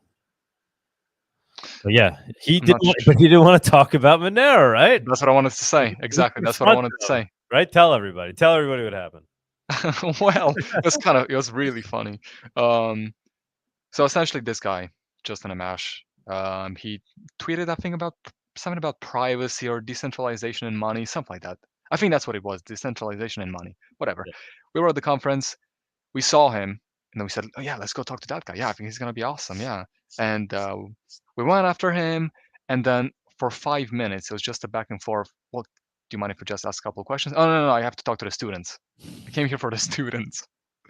Just a couple of questions. We chased him down because we asked him first, like when he first, came off stage, right? We asked him, and he was like, no, I'm busy. And then the second thing, I hit him again, but this time I had the microphone out.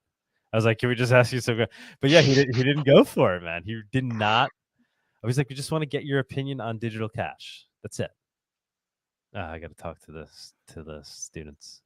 I'm sure the students would love to hear your opinion on this as well.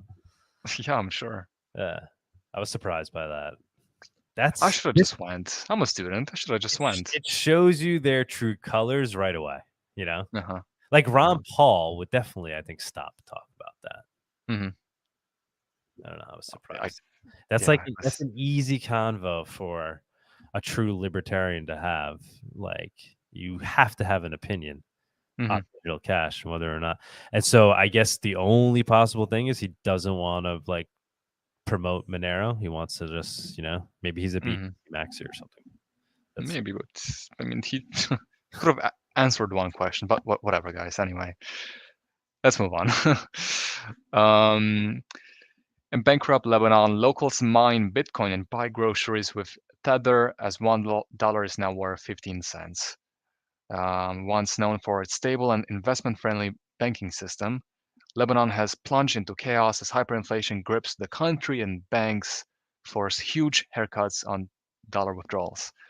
To make ends meet in a financial system that no longer makes sense, some Lebanese are mining Bitcoin or storing wealth using the cryptocurrency.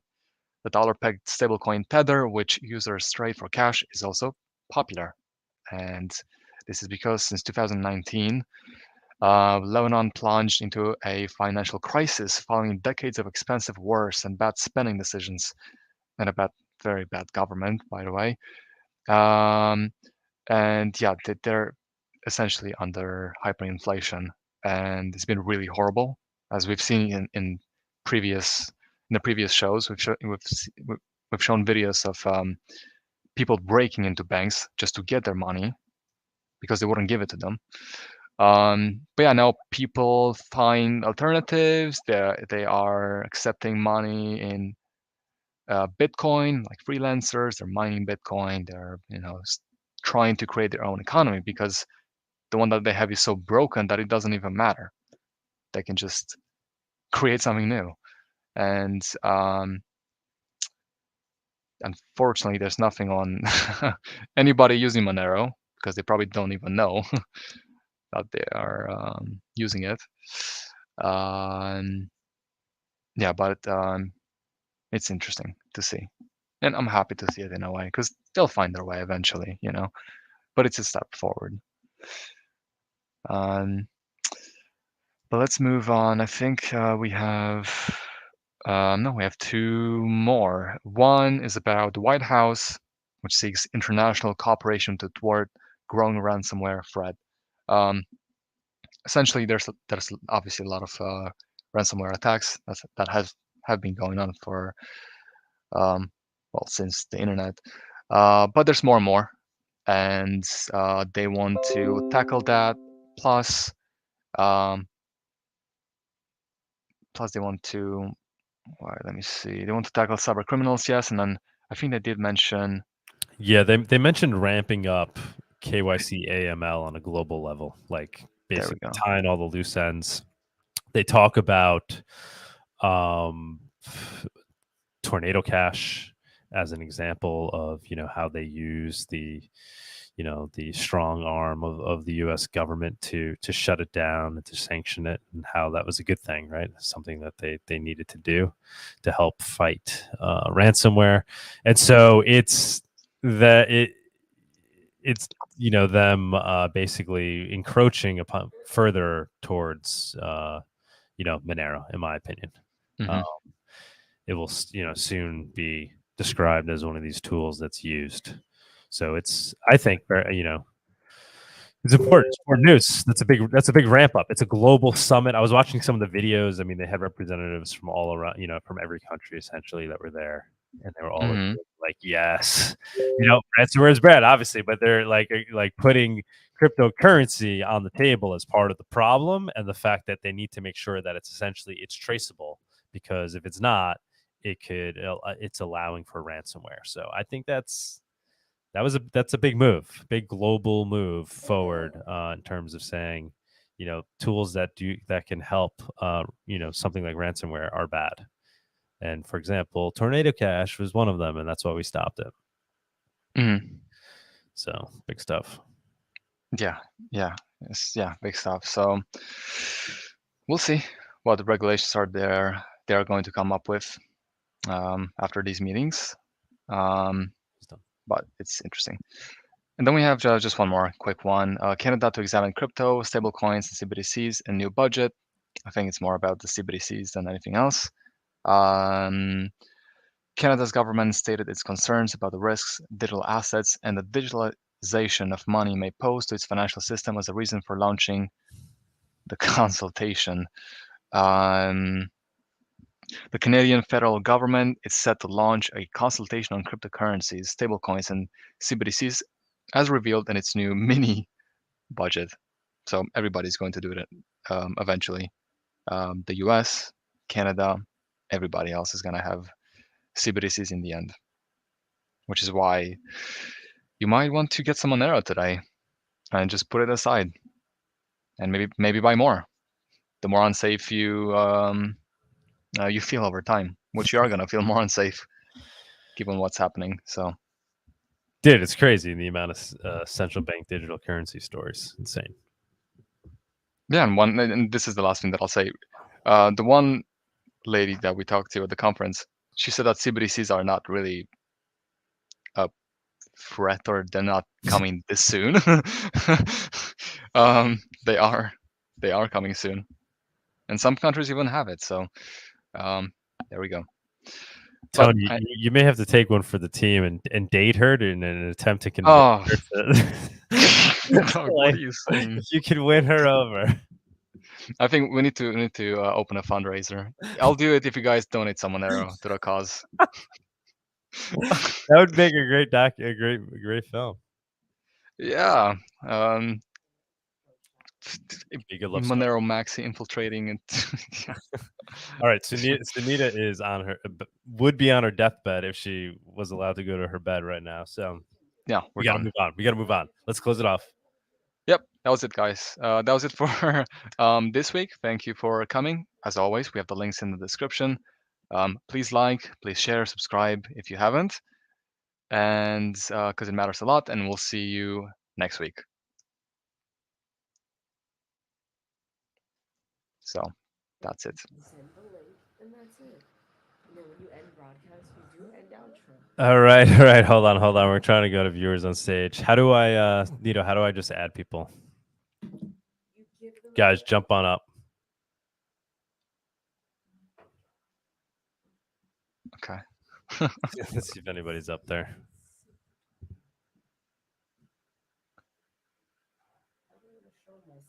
Remove here, and then you just do.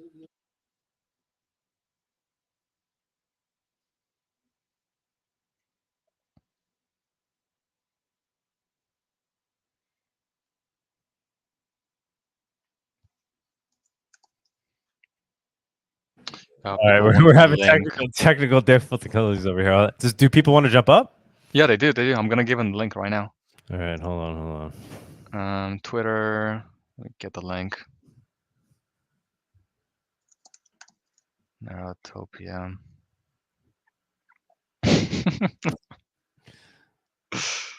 MB, hold on. Copy. Hello. Okay. Hey, man. I missed the first hour of the episode because the daylight saving stuff is desynced right now with US and Europe. Well, I'm glad you made it. And I'm glad we're able to get people on. Sunita is literally, she's got like the flu. She's out, guys. She is out. Sunita is no longer. I'm just gonna feel better. Yeah.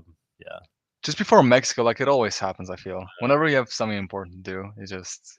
She's gonna be pissed. Yeah, I was actually in a beautiful place in Mexico, so I'm attempting to make it up to her. Oh, that's awesome. I was actually gonna surprise you. I was really close to be able to actually be there, but I have like so much going on. But I was gonna actually buy the ticket and see. I heard the rumor. I'm not gonna lie. Ah, you did? Somebody I was gonna surprise you. Somebody snitched at some point. Ah. Yeah, that's crazy, man, that you're gonna do that. That's awesome. How much is a ticket? Right. Nah.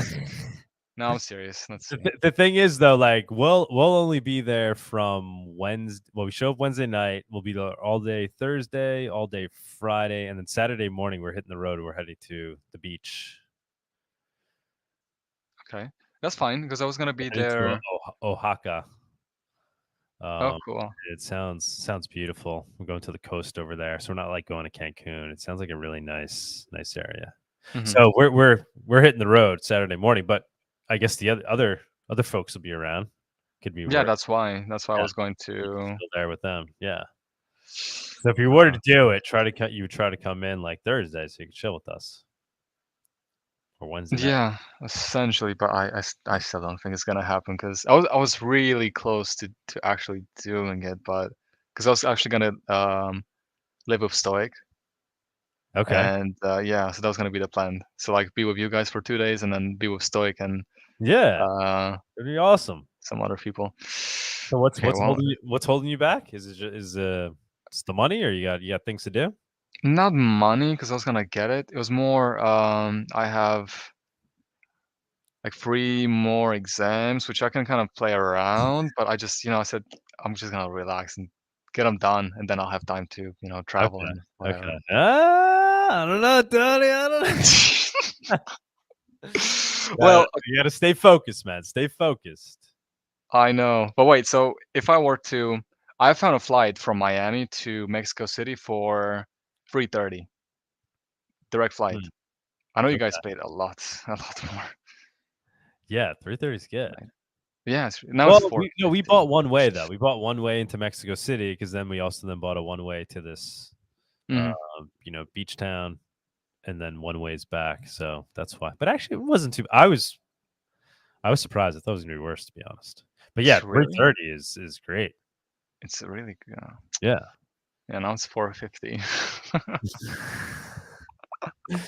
I with Monero on right? What was it? Was it Travala or what was the name of the thing that was accepting Monero for?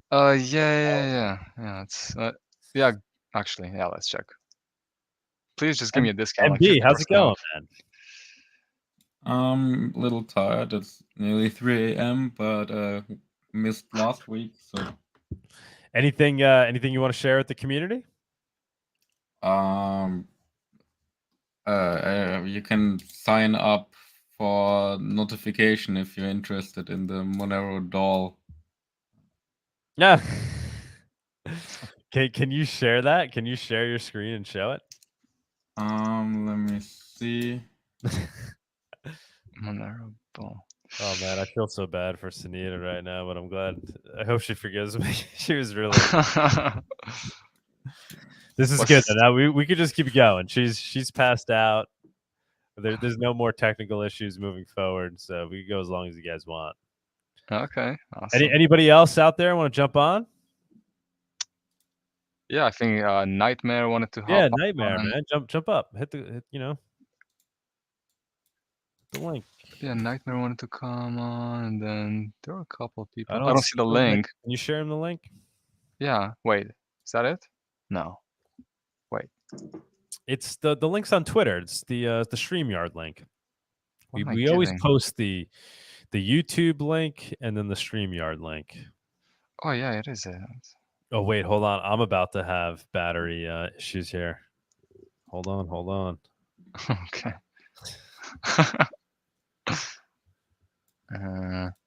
All right, we're good. We're back in action. Awesome. Yeah, but let's see. She doesn't see the link on the YouTube chat. Nitemare, just look on Twitter, man, or put it in the Telegram. Drop it in the Telegram.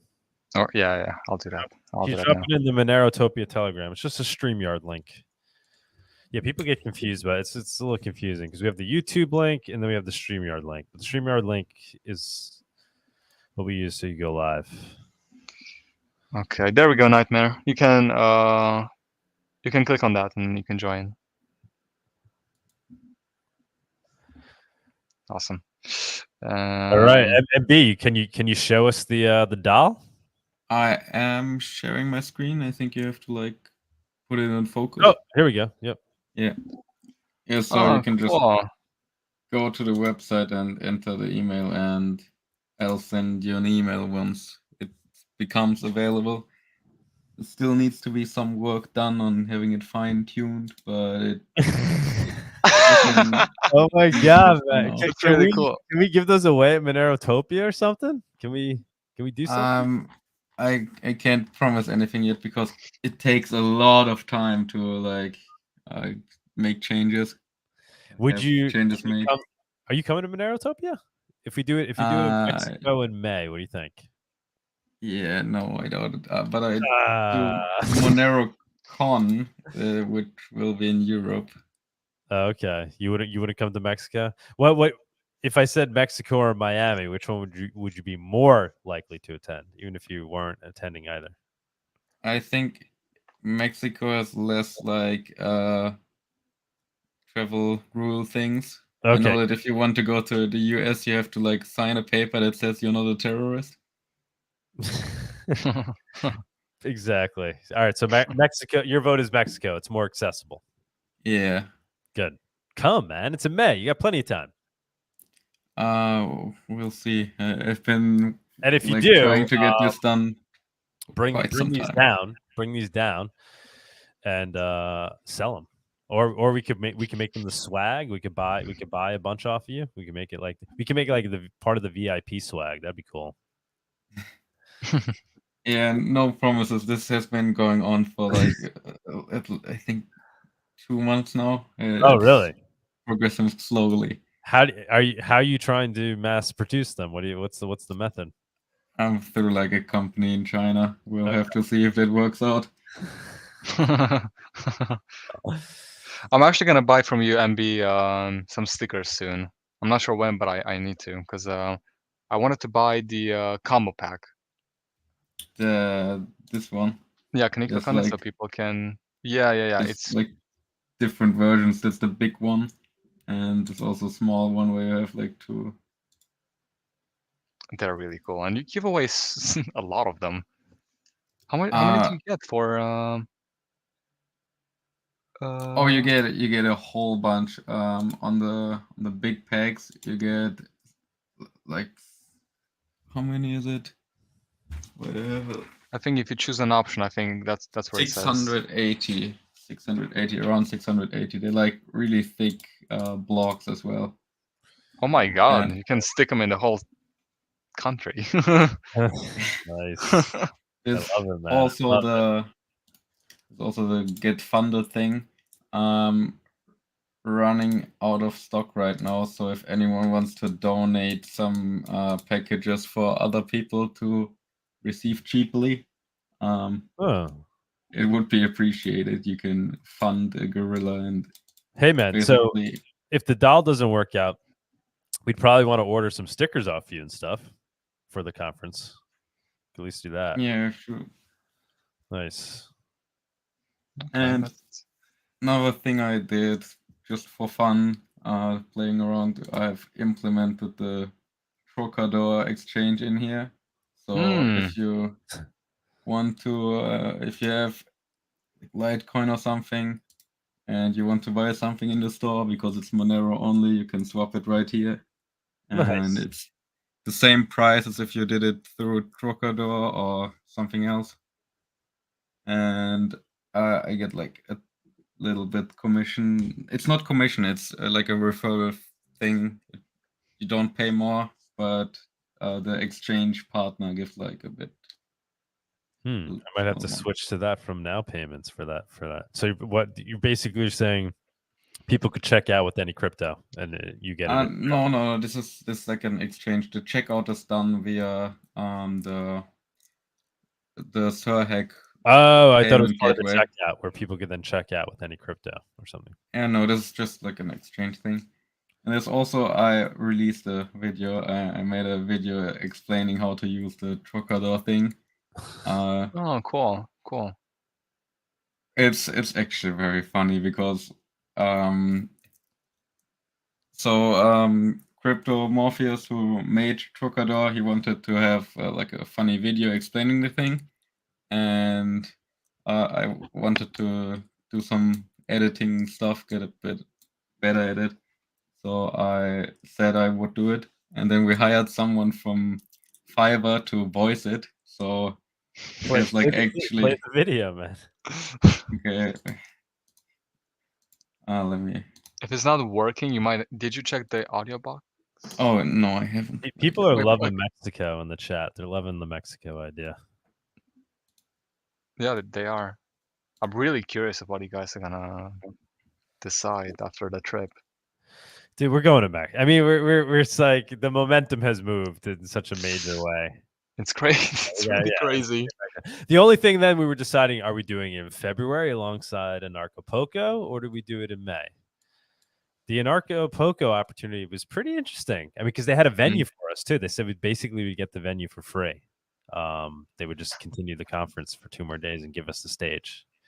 So that part was enticing. The fact that there's already a big group of like, crypto anarchists down there, or anarcho ANCAPs, right? That makes it interesting. Yeah.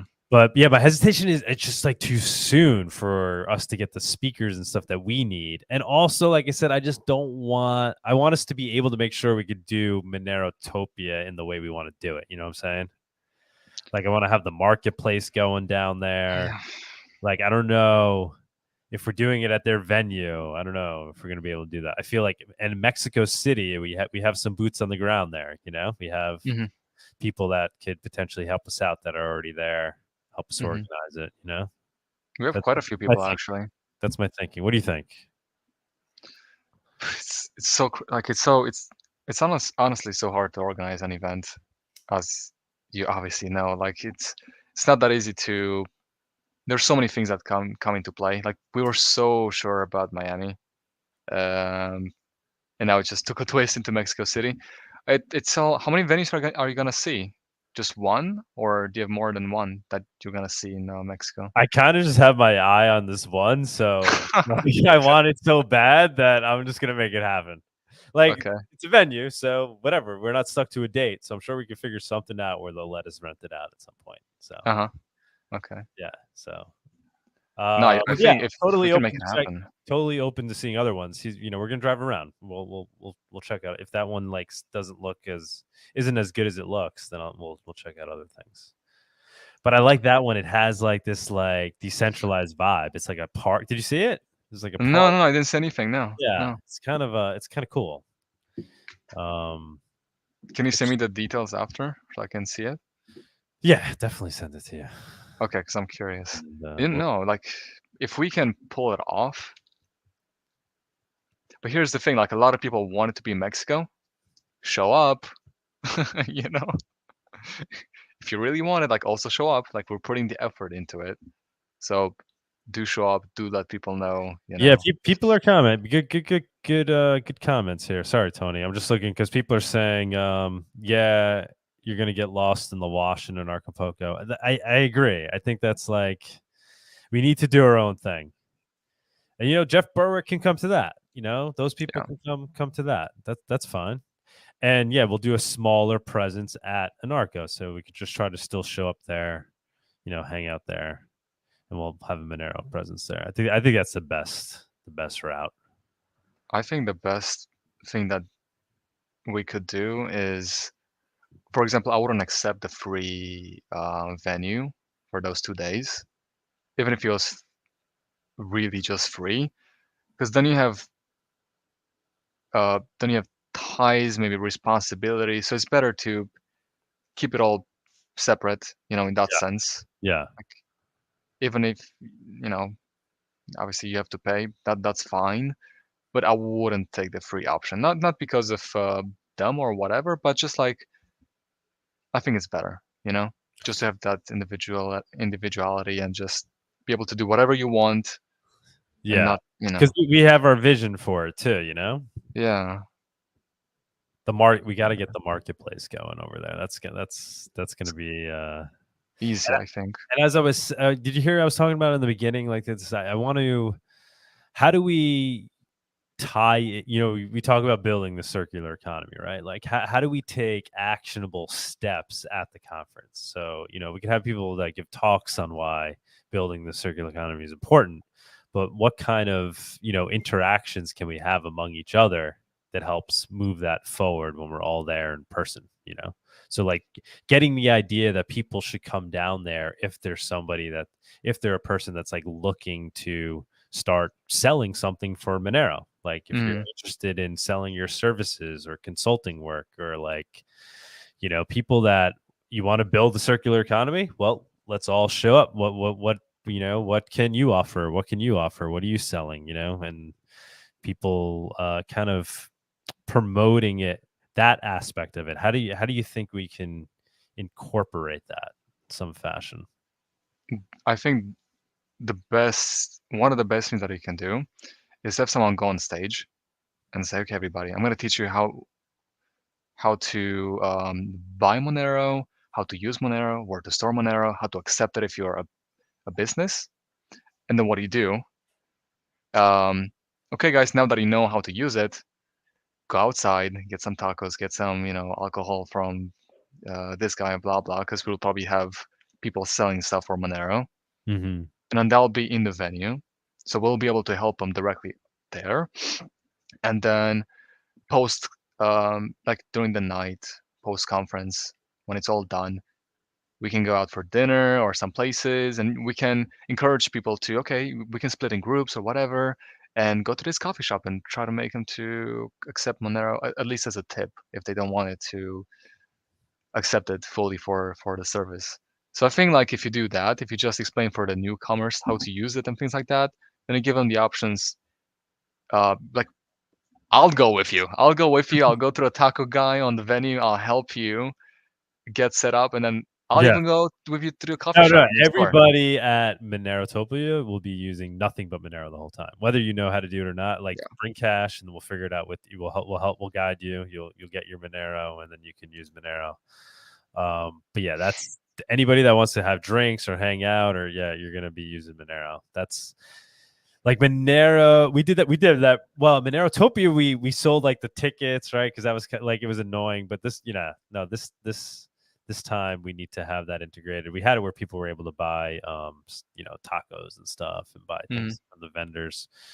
But yeah, that will definitely. But I'm also just talking about people,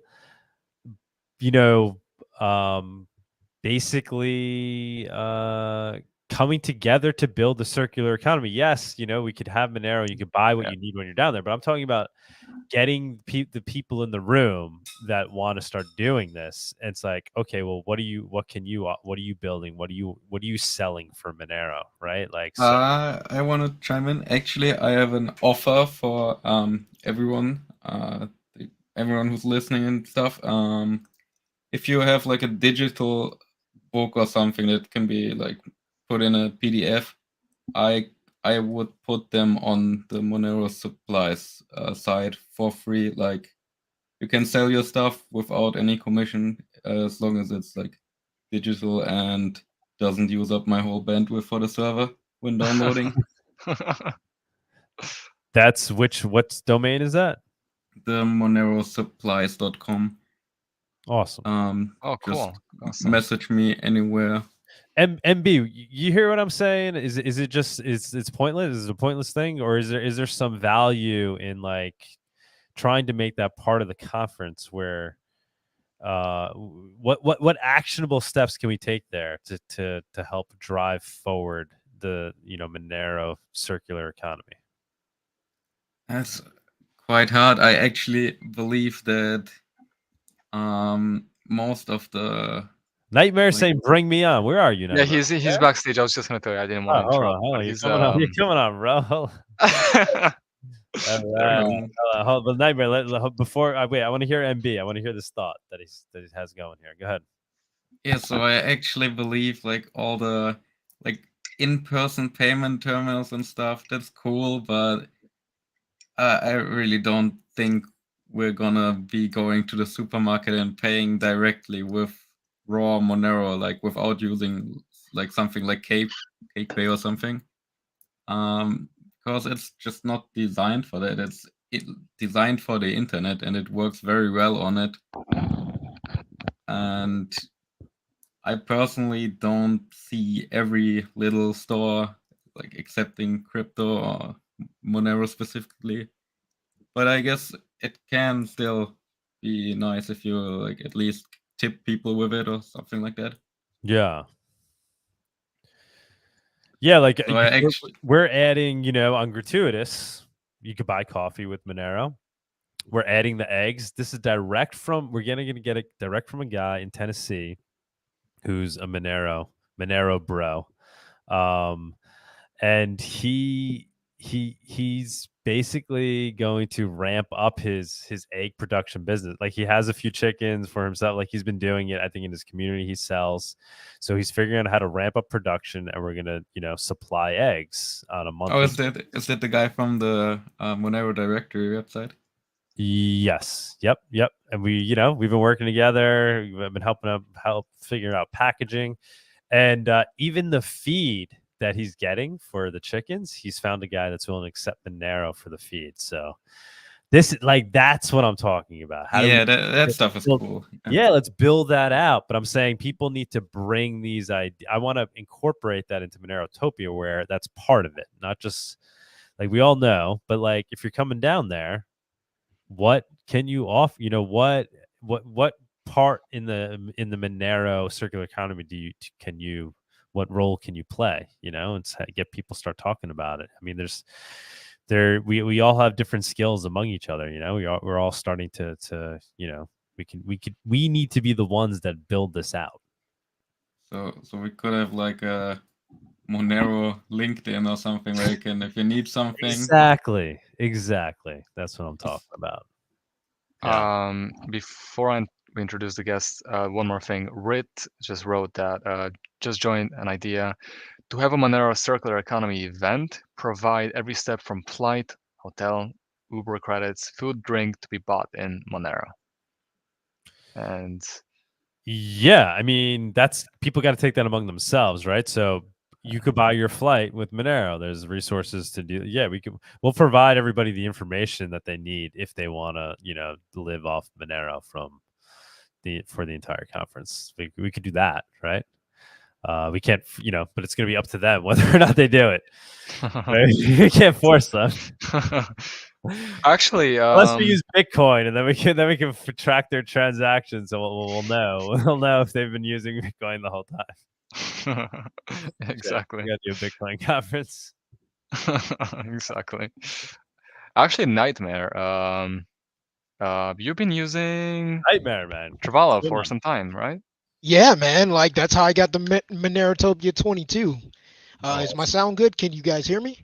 Yeah, we can, my friend. We can. All right, good. Because I got the same headphones as Tony right now. So yeah. But yeah, so that's how I got the Monerotopia 22. I paid for the Monero ticket with Monero, so it's pretty useful, man. Like, I mean, I'm not like Doug or Tony have a Monero big old giant bag of it. I like using it. I don't care for the price going up thing with crypto. That's just never been my thing. But yeah, man, you should use it.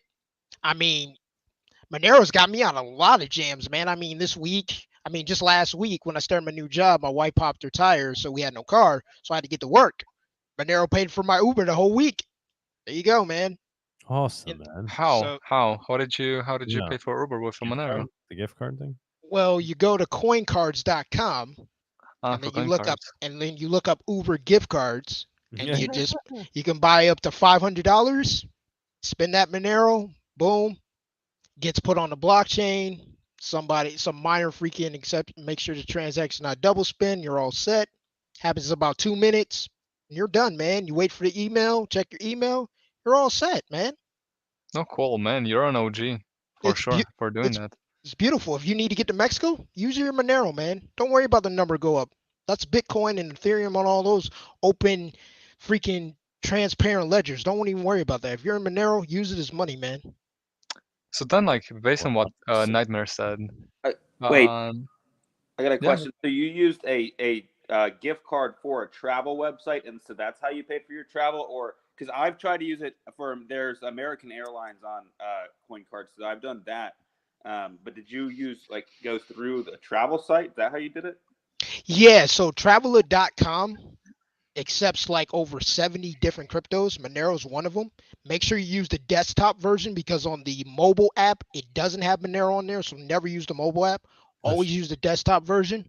So that is the way you can pay for your hotel, your plane ticket. But the thing about traveler.com is that when you buy a plane ticket, it's in military time. So you definitely want to make sure you Google the military time, so you make sure you get your flight on time, because it's in military time.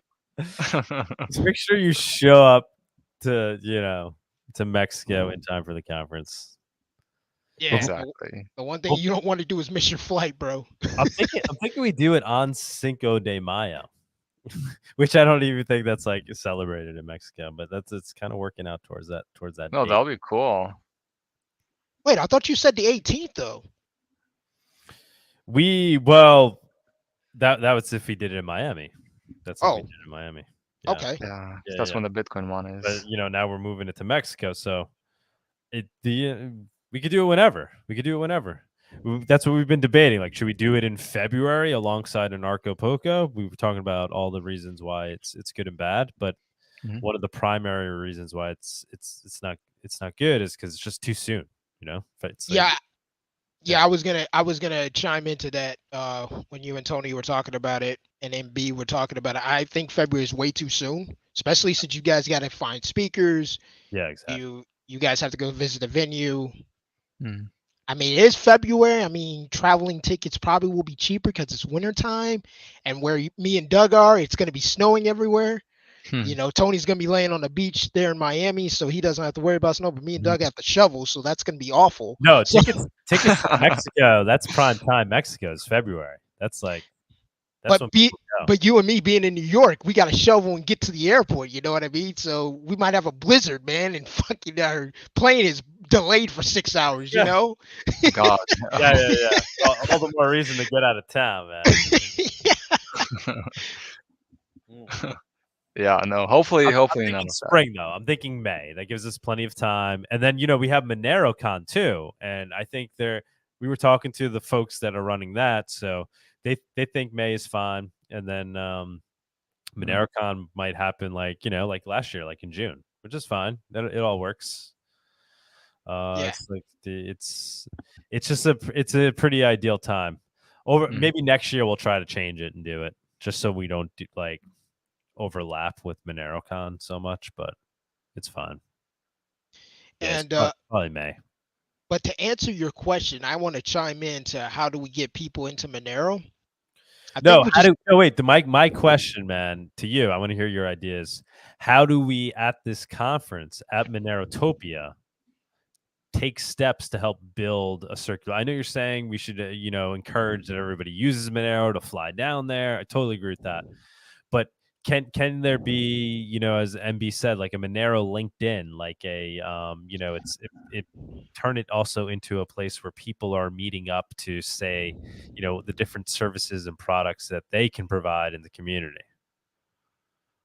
Well, I mean, we did have that one guest you had on. I forget his name, but the guy who talked about Freedom Cells, I think that website was called. Yeah.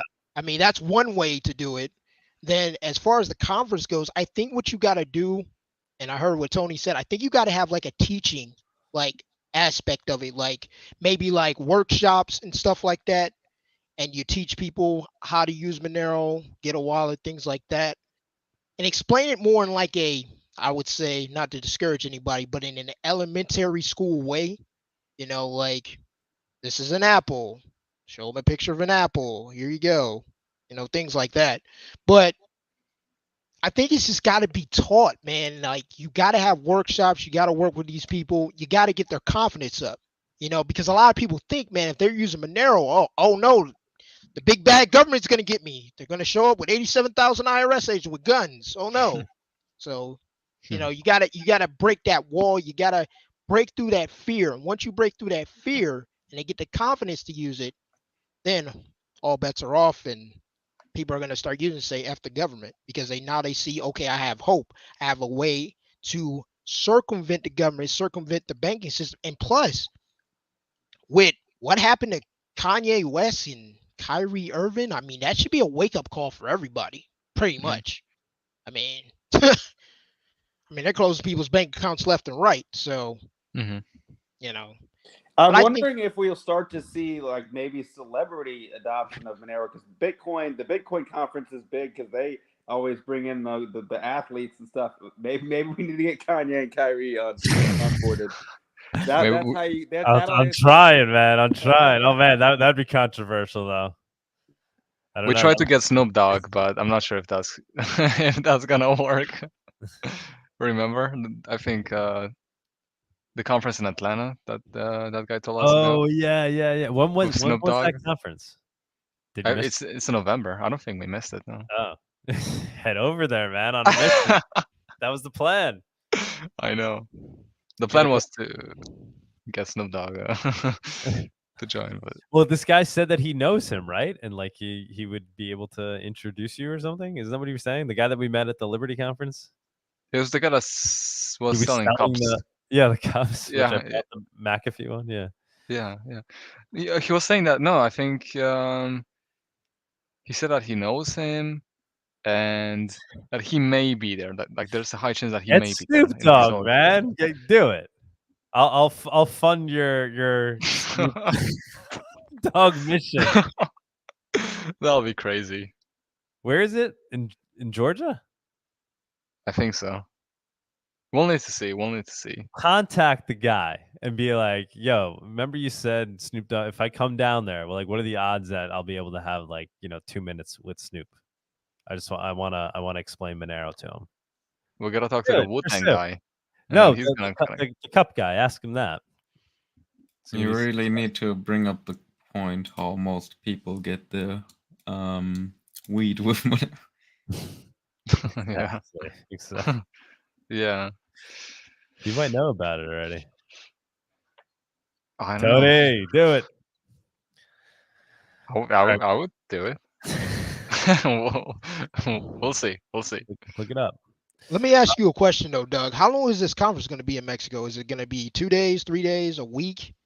I mean, how are we doing this? A week. That means a week. Whoa. 2 days. 2 days. 2 days. Okay. Yeah. The reason why I asked if it was a week, maybe 2.5 days. Yeah. Yeah, the reason why I asked is because I was thinking maybe we have the speakers for 2 days, then the next 3 or 4 days we could have workshops, and that's when we can really.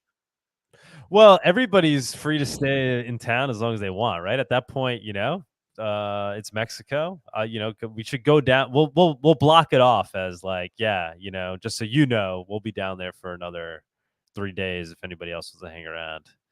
And then just people can continue to chill. I mean, that kind of naturally happened at Monerotopia a little bit. But you're saying organize it, man? You're saying keep it organized for those remaining days? Like, it would be nice, MB could come down with his stickers and, he could be selling those. And if, other people want to bring stuff that want to sell stuff, they got to accept Monero, obviously. But, would get them, the feel for it. Okay, well, maybe what I heard on the mainstream media about Monero isn't true. Maybe all these people aren't cyber criminals, they aren't just using Monero to buy pot in the freaking middle of a park, maybe there's real use case for this thing. Okay, hold on, I can. I mean, that's definitely a good use case. Yes, but that's a great use case. What I'm saying. I'm partaking in that use case right now. But I'm saying, like, crazy. People be like, hey, oh shoot, I can buy a New York Straight strip with Monero. Okay, great.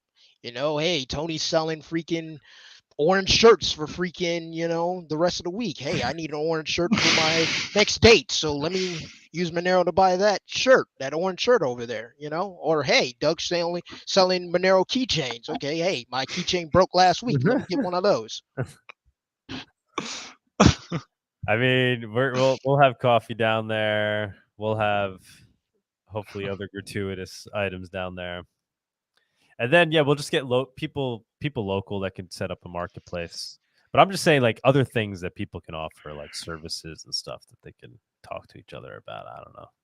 What do you mean, like tax services and stuff like that? Maybe somebody's has accounting skills and he wants to. I think he even what's his name even mentioned that. What's Monero Mateo. Yeah. Yeah. Yeah. Perfect example. Monero Yeah. Mateo is interested in doing, offering his accounting services for Monero. Maybe. I don't know.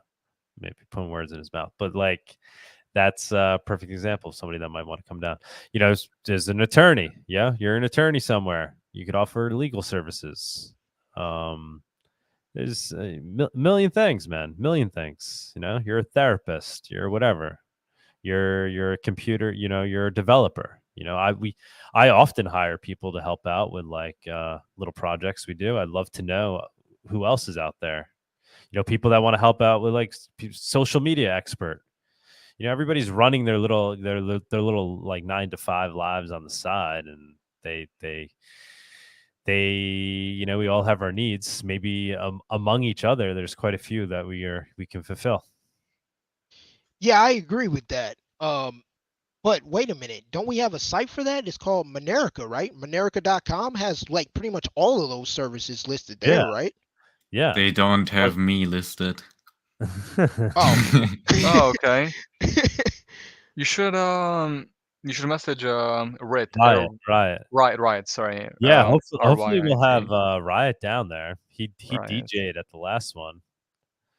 Yeah, he was we very want good. him to DJ at this one. Actually, I think this will be a better venue for him. Yeah. I mean, I see where you're going with this, and I mean, it's gonna have to happen slow though. I mean, I know.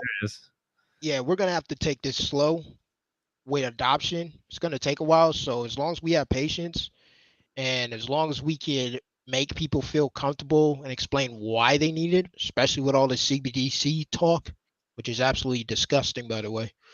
They have a way out. There is options. There are options. One thing, Riot, jump on, man. Is Riot up here? Riot, jump on.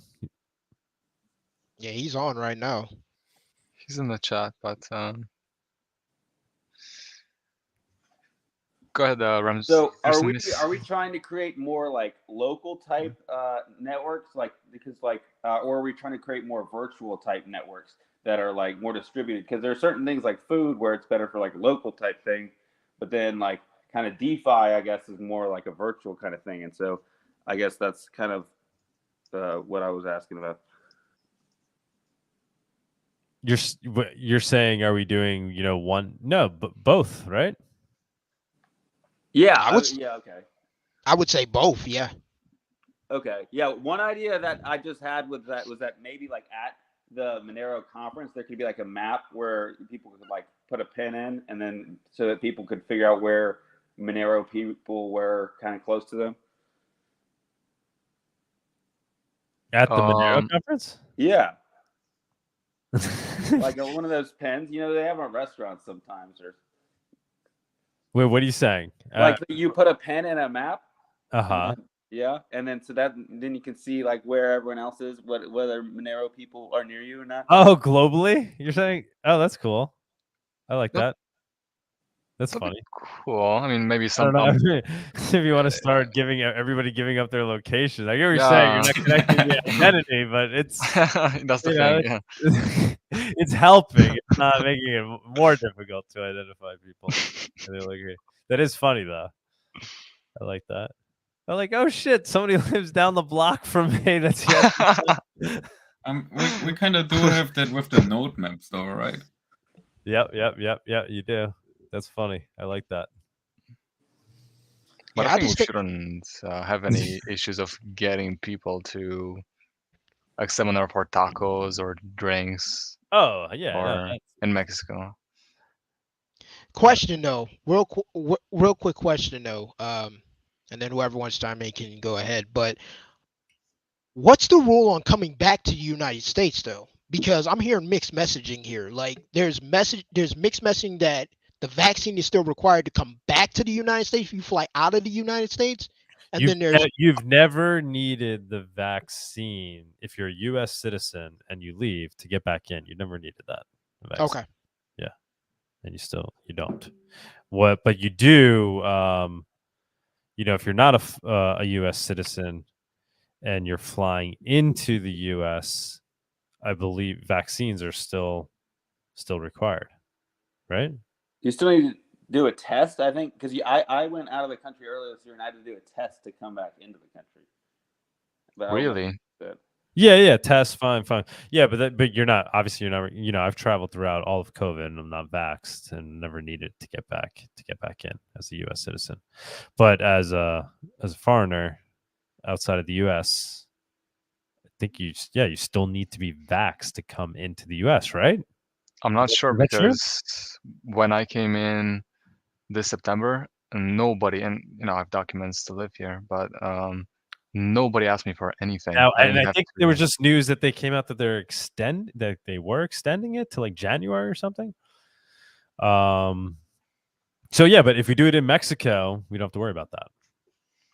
You don't need to be vaxxed to go to Mexico from Europe. You don't need your vax.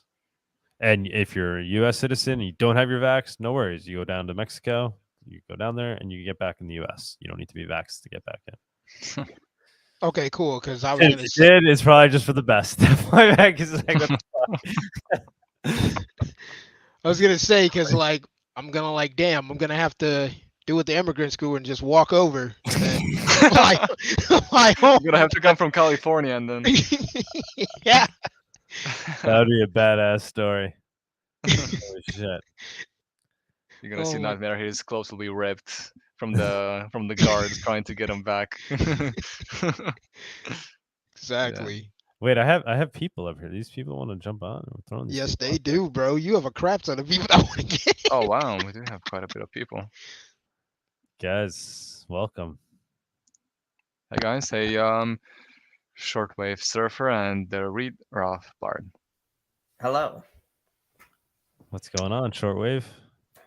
Not a whole lot. I'm rather new to the Monero community. Just discovered it about 4 or 5 days ago. Oh shit! Wow! Nice. Oh wow! Give us your perception, man. What's your take? So far so good. I've actually known about Bitcoin since about 2012, and I was in like high school economics class, and I had learned about it before, and then I was in high school economics class in about 2012, and my teacher's like, "Here's this news article about this thing called Bitcoin," and my first response to her was, "Wait, that still exists, and the government hasn't shut it down yet?" Because that was my first thought when I first saw it. It's like, oh, the government will never let that happen. And then I guess then you realize it's decentralized. Exactly. And I was like, oh, this actually might have something to it. And so I started looking into it and got really interested into it. So, but I kind of fell out about 2017 when the block size went crazy, like when the block size wars happened and when Bcash started and when the freaking transaction fees went to like 10 or 15 bucks a block for transaction. I was like, okay, this is a bit ridiculous. So I kind of left it alone. And then I was looking through PeerTube actually here recently because I'm a big open source person, always have been, use Linux and stuff like that. And I was looking through PeerTube and discovered a guy named Luke Smith. Oh shit! Yeah. Luke. And he spoke at the last Monerotopia. Yep, and he was talking about Monero, and I was like, "What is this?" And so I started looking into it, and I'm like, "This is great." Awesome. Well, welcome aboard. What do you think, man? You think you'd come down to Mexico for a Monero conference? No, I ain't got that kind of money right now, and I ain't got a passport and all that stuff. I ain't got that kind of cash. Okay. Well, you can be live with us. Hit me up on the side. Maybe we'll do some scholarships. Maybe there'll be a few scholarships. That'd be cool too. Oh, that would be cool. Monero scholarships. Hit me up. Email us. Go to Monerotopia and there's an email. Email us. On the topic of scholarships, there's also the Monero Magic Fund. If you do crypto research or something like that, or study it or something related, you can check out the Monero Magic Fund. They do actually offer like real scholarships for if you go to study somewhere.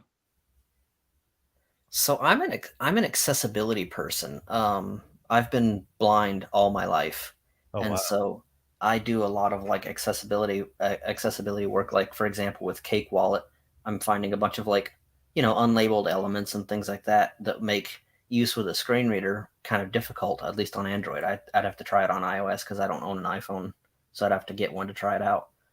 But like, that's what I do is I test the accessibility of apps and websites. And are you giving Cake that feedback? Are you telling them?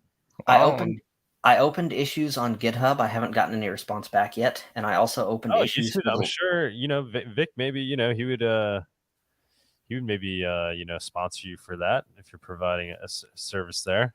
I've also opened some issues on the local Monero GitHub. Localmonero.co is doing a mobile app or whatever, and it's in beta right now.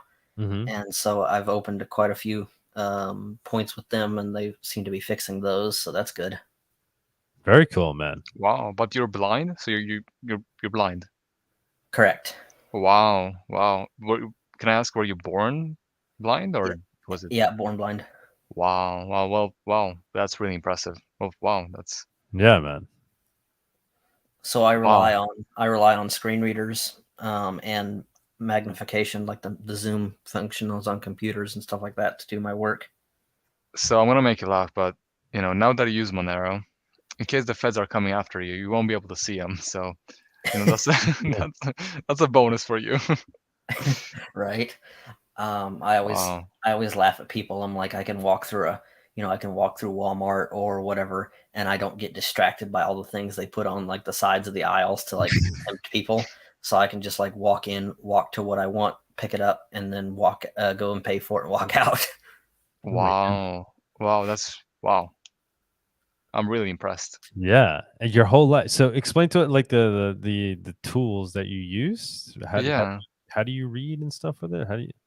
So every operating system has a screen reader built in. So what it does is it takes each thing that you would see on the screen and it speaks it out loud. So like icons on the display and icons on the status bar and like different things on web pages, buttons and links and stuff like that on web pages, and it speaks it out. Actually, I might be able to do this. That is so impressive. The fact that he joined us. Oh you're blind. All roads lead to Monero. This is amazing. Let me see. Can I? Do I have my speech rate? No, I don't. You've probably gotten really good at listening to things on like high speed, right? Yeah, I'm actually trying to turn down my speech rate a little bit. 27% speech rate slider. Like 3x. Is that better? Use volume keys to adjust. How many X can you listen at? This is normally I do it about 40%. Okay. Oh, so that's okay. But I've slowed it down. So, like for example, folder finance 4 or more items out. Chime folder opened 2x2. Cake wallet. Cake wallet. Enter your PIN. No, I'm not gonna do that. Wow. 1 of 3 in list 3 items. Settings text to speech settings 2 of 2. So this is so cool, man. Screenshot. So this is I'm really touched, honestly. Like I'm really touched. That's that's my Android device. And I love you're working on it too and finding making it more usable and giving the feedback on it. That's awesome. And I do that, I kind of do that same thing for websites and mainly apps because I use my Android phone a lot. So I find a lot of these things in apps. Then I'm like, especially when they're open source on GitHub, I'm like, oh, I can just report this is an issue on GitHub and they'll fix it. That's the nice thing about open source.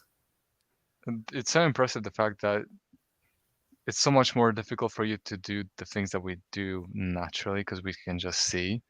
And even with your condition, I shouldn't say condition, just even you not being able to see, you still found Monero. You still made your way and you found Monero. Oh yeah, I've always been interested in technology, but that's another thing is like, for example, I didn't know about that coin cards, and somebody just mentioned it a second ago. It's like like Uber and things like that. It's like I can't drive and stuff like that. So how the heck would I get around with Monero? And that answers part of that question. Wow. Okay. Wow, I'm I'm impressed. I'm actually over here mining Monero very, very slowly on my two ancient, like 2014 computers. Holy Oh, shit. cool. See, guys, you don't need to buy an Antminer from. Go to Walmart, and instead of buying that, you can just buy a CPU and do what shortwave surfer is doing right now. Yeah. The most recent gen Ryzens have been also reduced in price by quite a bit recently. I'm getting a whopping 1.5 kilohashes per second. so Dude, so very how did slow. you find your way even to the mining and like that's amazing that you're blind and you're more technical than I am in terms of interfacing with like computers. That's insane. You're downloading the client. What else do you do? Like what else are and then you're essentially you're studying the usability. Yeah, see, I'm just a general computer person. If it's got something to do with a computer, except for coding, I cannot code with crap. Okay. But if it's got anything, if your computer's broken, if you can't print your document because something's not working, or you want computer advice or help or accessibility testing, that kind of stuff I can do. I'm just your general computer person. Although most people in this community, I don't think would need that kind of service. I have a question. Do you have a screen for your PC, like a monitor? Yes. I've seen blind people who don't, and I don't believe in doing that, because then if somebody sighted does need to help you for some reason, like you get stuck in a BIOS or some screen that if your screen reader's not working for some reason, then nobody can help you, and I disagree with that. Makes sense. Damn. I've seen blind people who do that though, and I'm like, why? What is it that you'd want most to be able to see if you weren't blind? I know it's a crazy question. What? But I think yourself, right? I don't really know, because I can see just a little bit. So blindness is a spectrum, right? Mhm. A lot of people would define me as quote unquote visually impaired, but I don't like that term because it makes you sound like you're less, because you're impaired or you're disabled, right? I've always heard it said that like the color blue has different shades. There's royal blue, there's sky blue, there's navy blue, there's ocean blue, but they're all in the end blue. And that's the same way I find blindness. There's anything that would consider you blind by government standards, you're blind. Whether you can see well enough to read print or whether you can't see a darn thing at all, you're still blind. But to answer the general question, I think I would like to be able to fly a plane if I could see. Yeah. Wow. That's awesome. I think that's what I'd like to be able to do.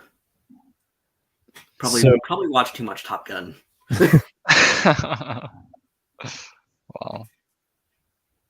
Well, given AI developments and robotics and all these things, maybe one day you'll be able to actually see.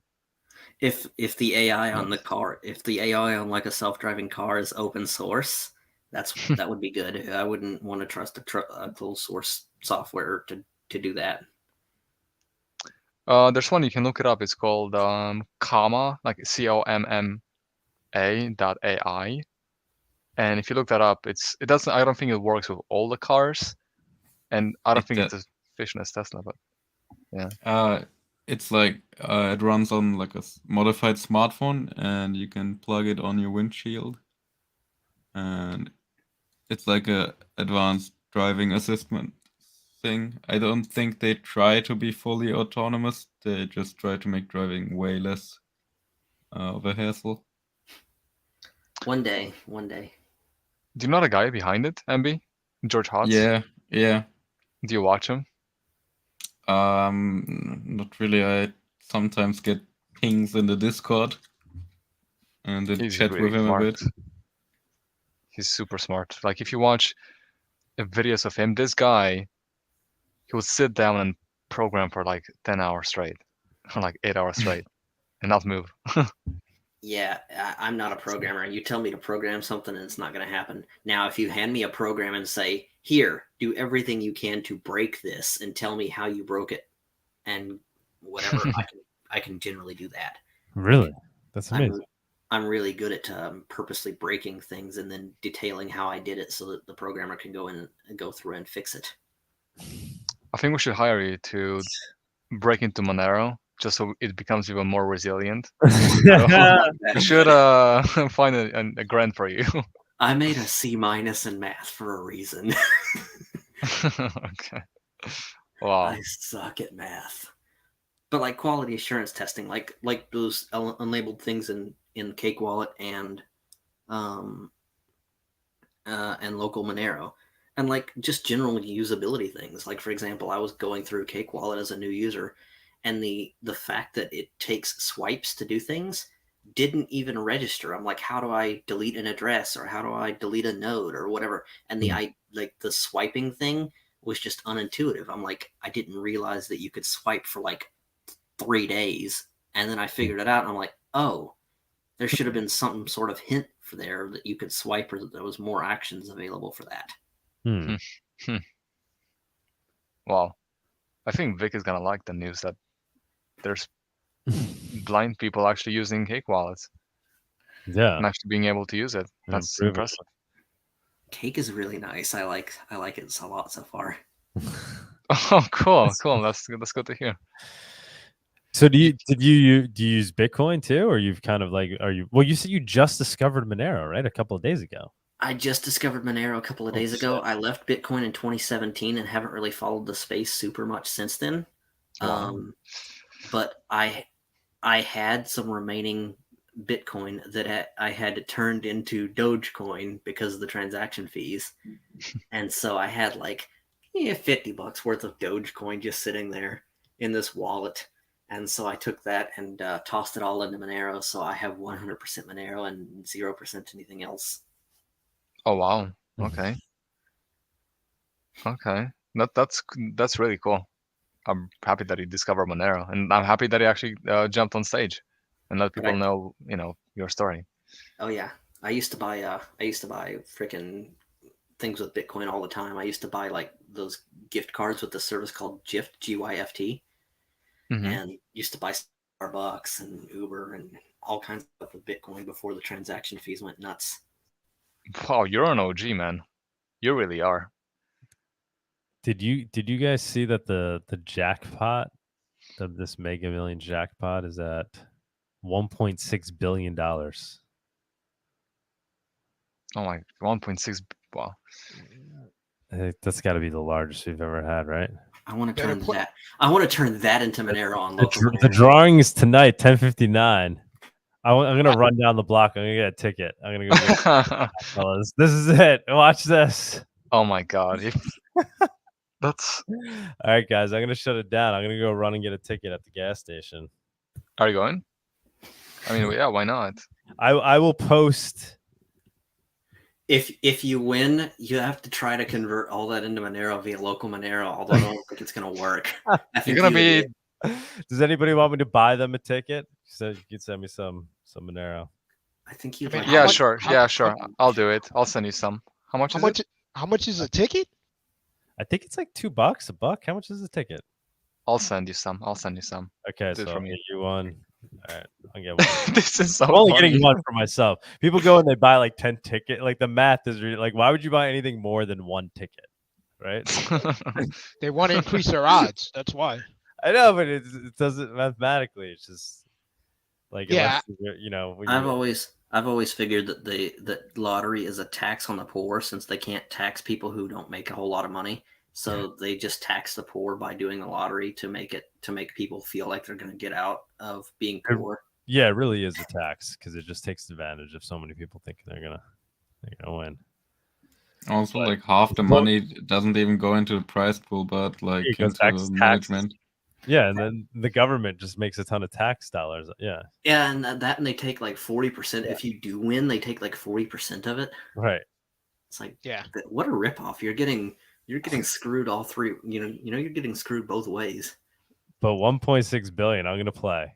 Here's imagine you play one time, boom. But We're gonna here's throw the biggest Monerotopia. Monero would skyrocket to number Yeah, one you would overnight. move We'd be the there freaking overnight, market fella. so much. We'd be like, all right, we're all in. Because it's only what Sailor of Monero. It's only what We're here. 2.87 billion. yeah, it's still low right now. But I am starting to notice a pattern about Monero, which is kind of weird to me, but I don't know. What do you got? I'm still doing research on it. It seems to me that Monero and XLM move at this exact same pace. Like if XLM goes up, Monero follows. If XLM goes down, Monero goes down right with it. It's kind of weird to me, and I'm trying to figure out why that is. I think it sucks that such a great coin is like number 27 on the freaking coin market cap list. Hey man, Monero used to be in the 60s. No, Monero used to be top 5. I've been also listening. as well. I've been listening to all of Doug's back episodes, like of the old coffee chats from like 17, and then like all the way up. And I'm in 2021 now, and they were talking about when Monero was like number 2 or 3 on the freaking coin market cap. Wow. Like I've literally listened to every back episode. Wow. How do you like the show? I It's mean, obviously good. you like it if you if you've watched so much of it. But folks, that's we good have to hear. over 21 million cryptos, man. It doesn't seem to stop. No, they'll just keep going. Doug, how do I send you the? Can you give me your address? Let's do it. Yeah. Just put. How do we do this so other people go? I'm gonna go run and do it now. So. Okay. If Can you want a ticket, just tweet me and raise your hand. I forget how much are the tickets. Wait. Yeah, I'll tweet. I'll tweet you right now. Doug's at $2. I'll tweet. Wait, I'm gonna tweet who wants a lotto ticket, and then anybody that responds to that tweet, I'll get a lotto ticket for. Yeah, and then let's make it engaging. I'll send you $2 on. I'll send you $2 to your Monero address.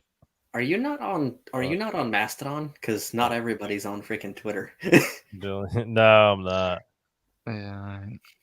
Like I dumped Twitter and Facebook about 2 years ago because they're closed source, and I wanted something open source and free. So I dumped Twitter and Facebook and went exclusively to Mastodon. Twitter is such a. Right, I'm tweeting it right now. Gotcha. Okay, let's see. I also dumped Google and Amazon too at the same. And then you guys share that. Oh wow, really? I'm gonna wrap it up if I'm gonna get these tickets because I think the drawing is at. I assume I could still get them right now. Drawing's at 10:59. It's 10:37. I gotta run down the block. Yeah, let's go. I'm gonna go to the gas station. There's probably gonna be a line at the gas station of people trying to get it. I gotta go. All right, bye. All right. Wait, you didn't get. Wait, Doug, you didn't put your address. How do we send you the Monero? No, I just tweeted it. So for now, just respond like thumbs up, and then we'll settle up later. So anybody. Okay. Yeah. All right. Later, folks. Hey guys. Later. Yeah. Hopefully we'll win. Thank you so much, everyone. Thank you so much. Good luck. Bye. Shortwave, jump on again, man. Really, all right, really man. enjoyed meeting you, man. I Very will. impressed by your story. Yeah, thank you, definitely Shortwave. will. Yeah. Honestly, we're impressed. Have a good night, brother. Night. And B, later, man. Good night, Bye. guys. Good night.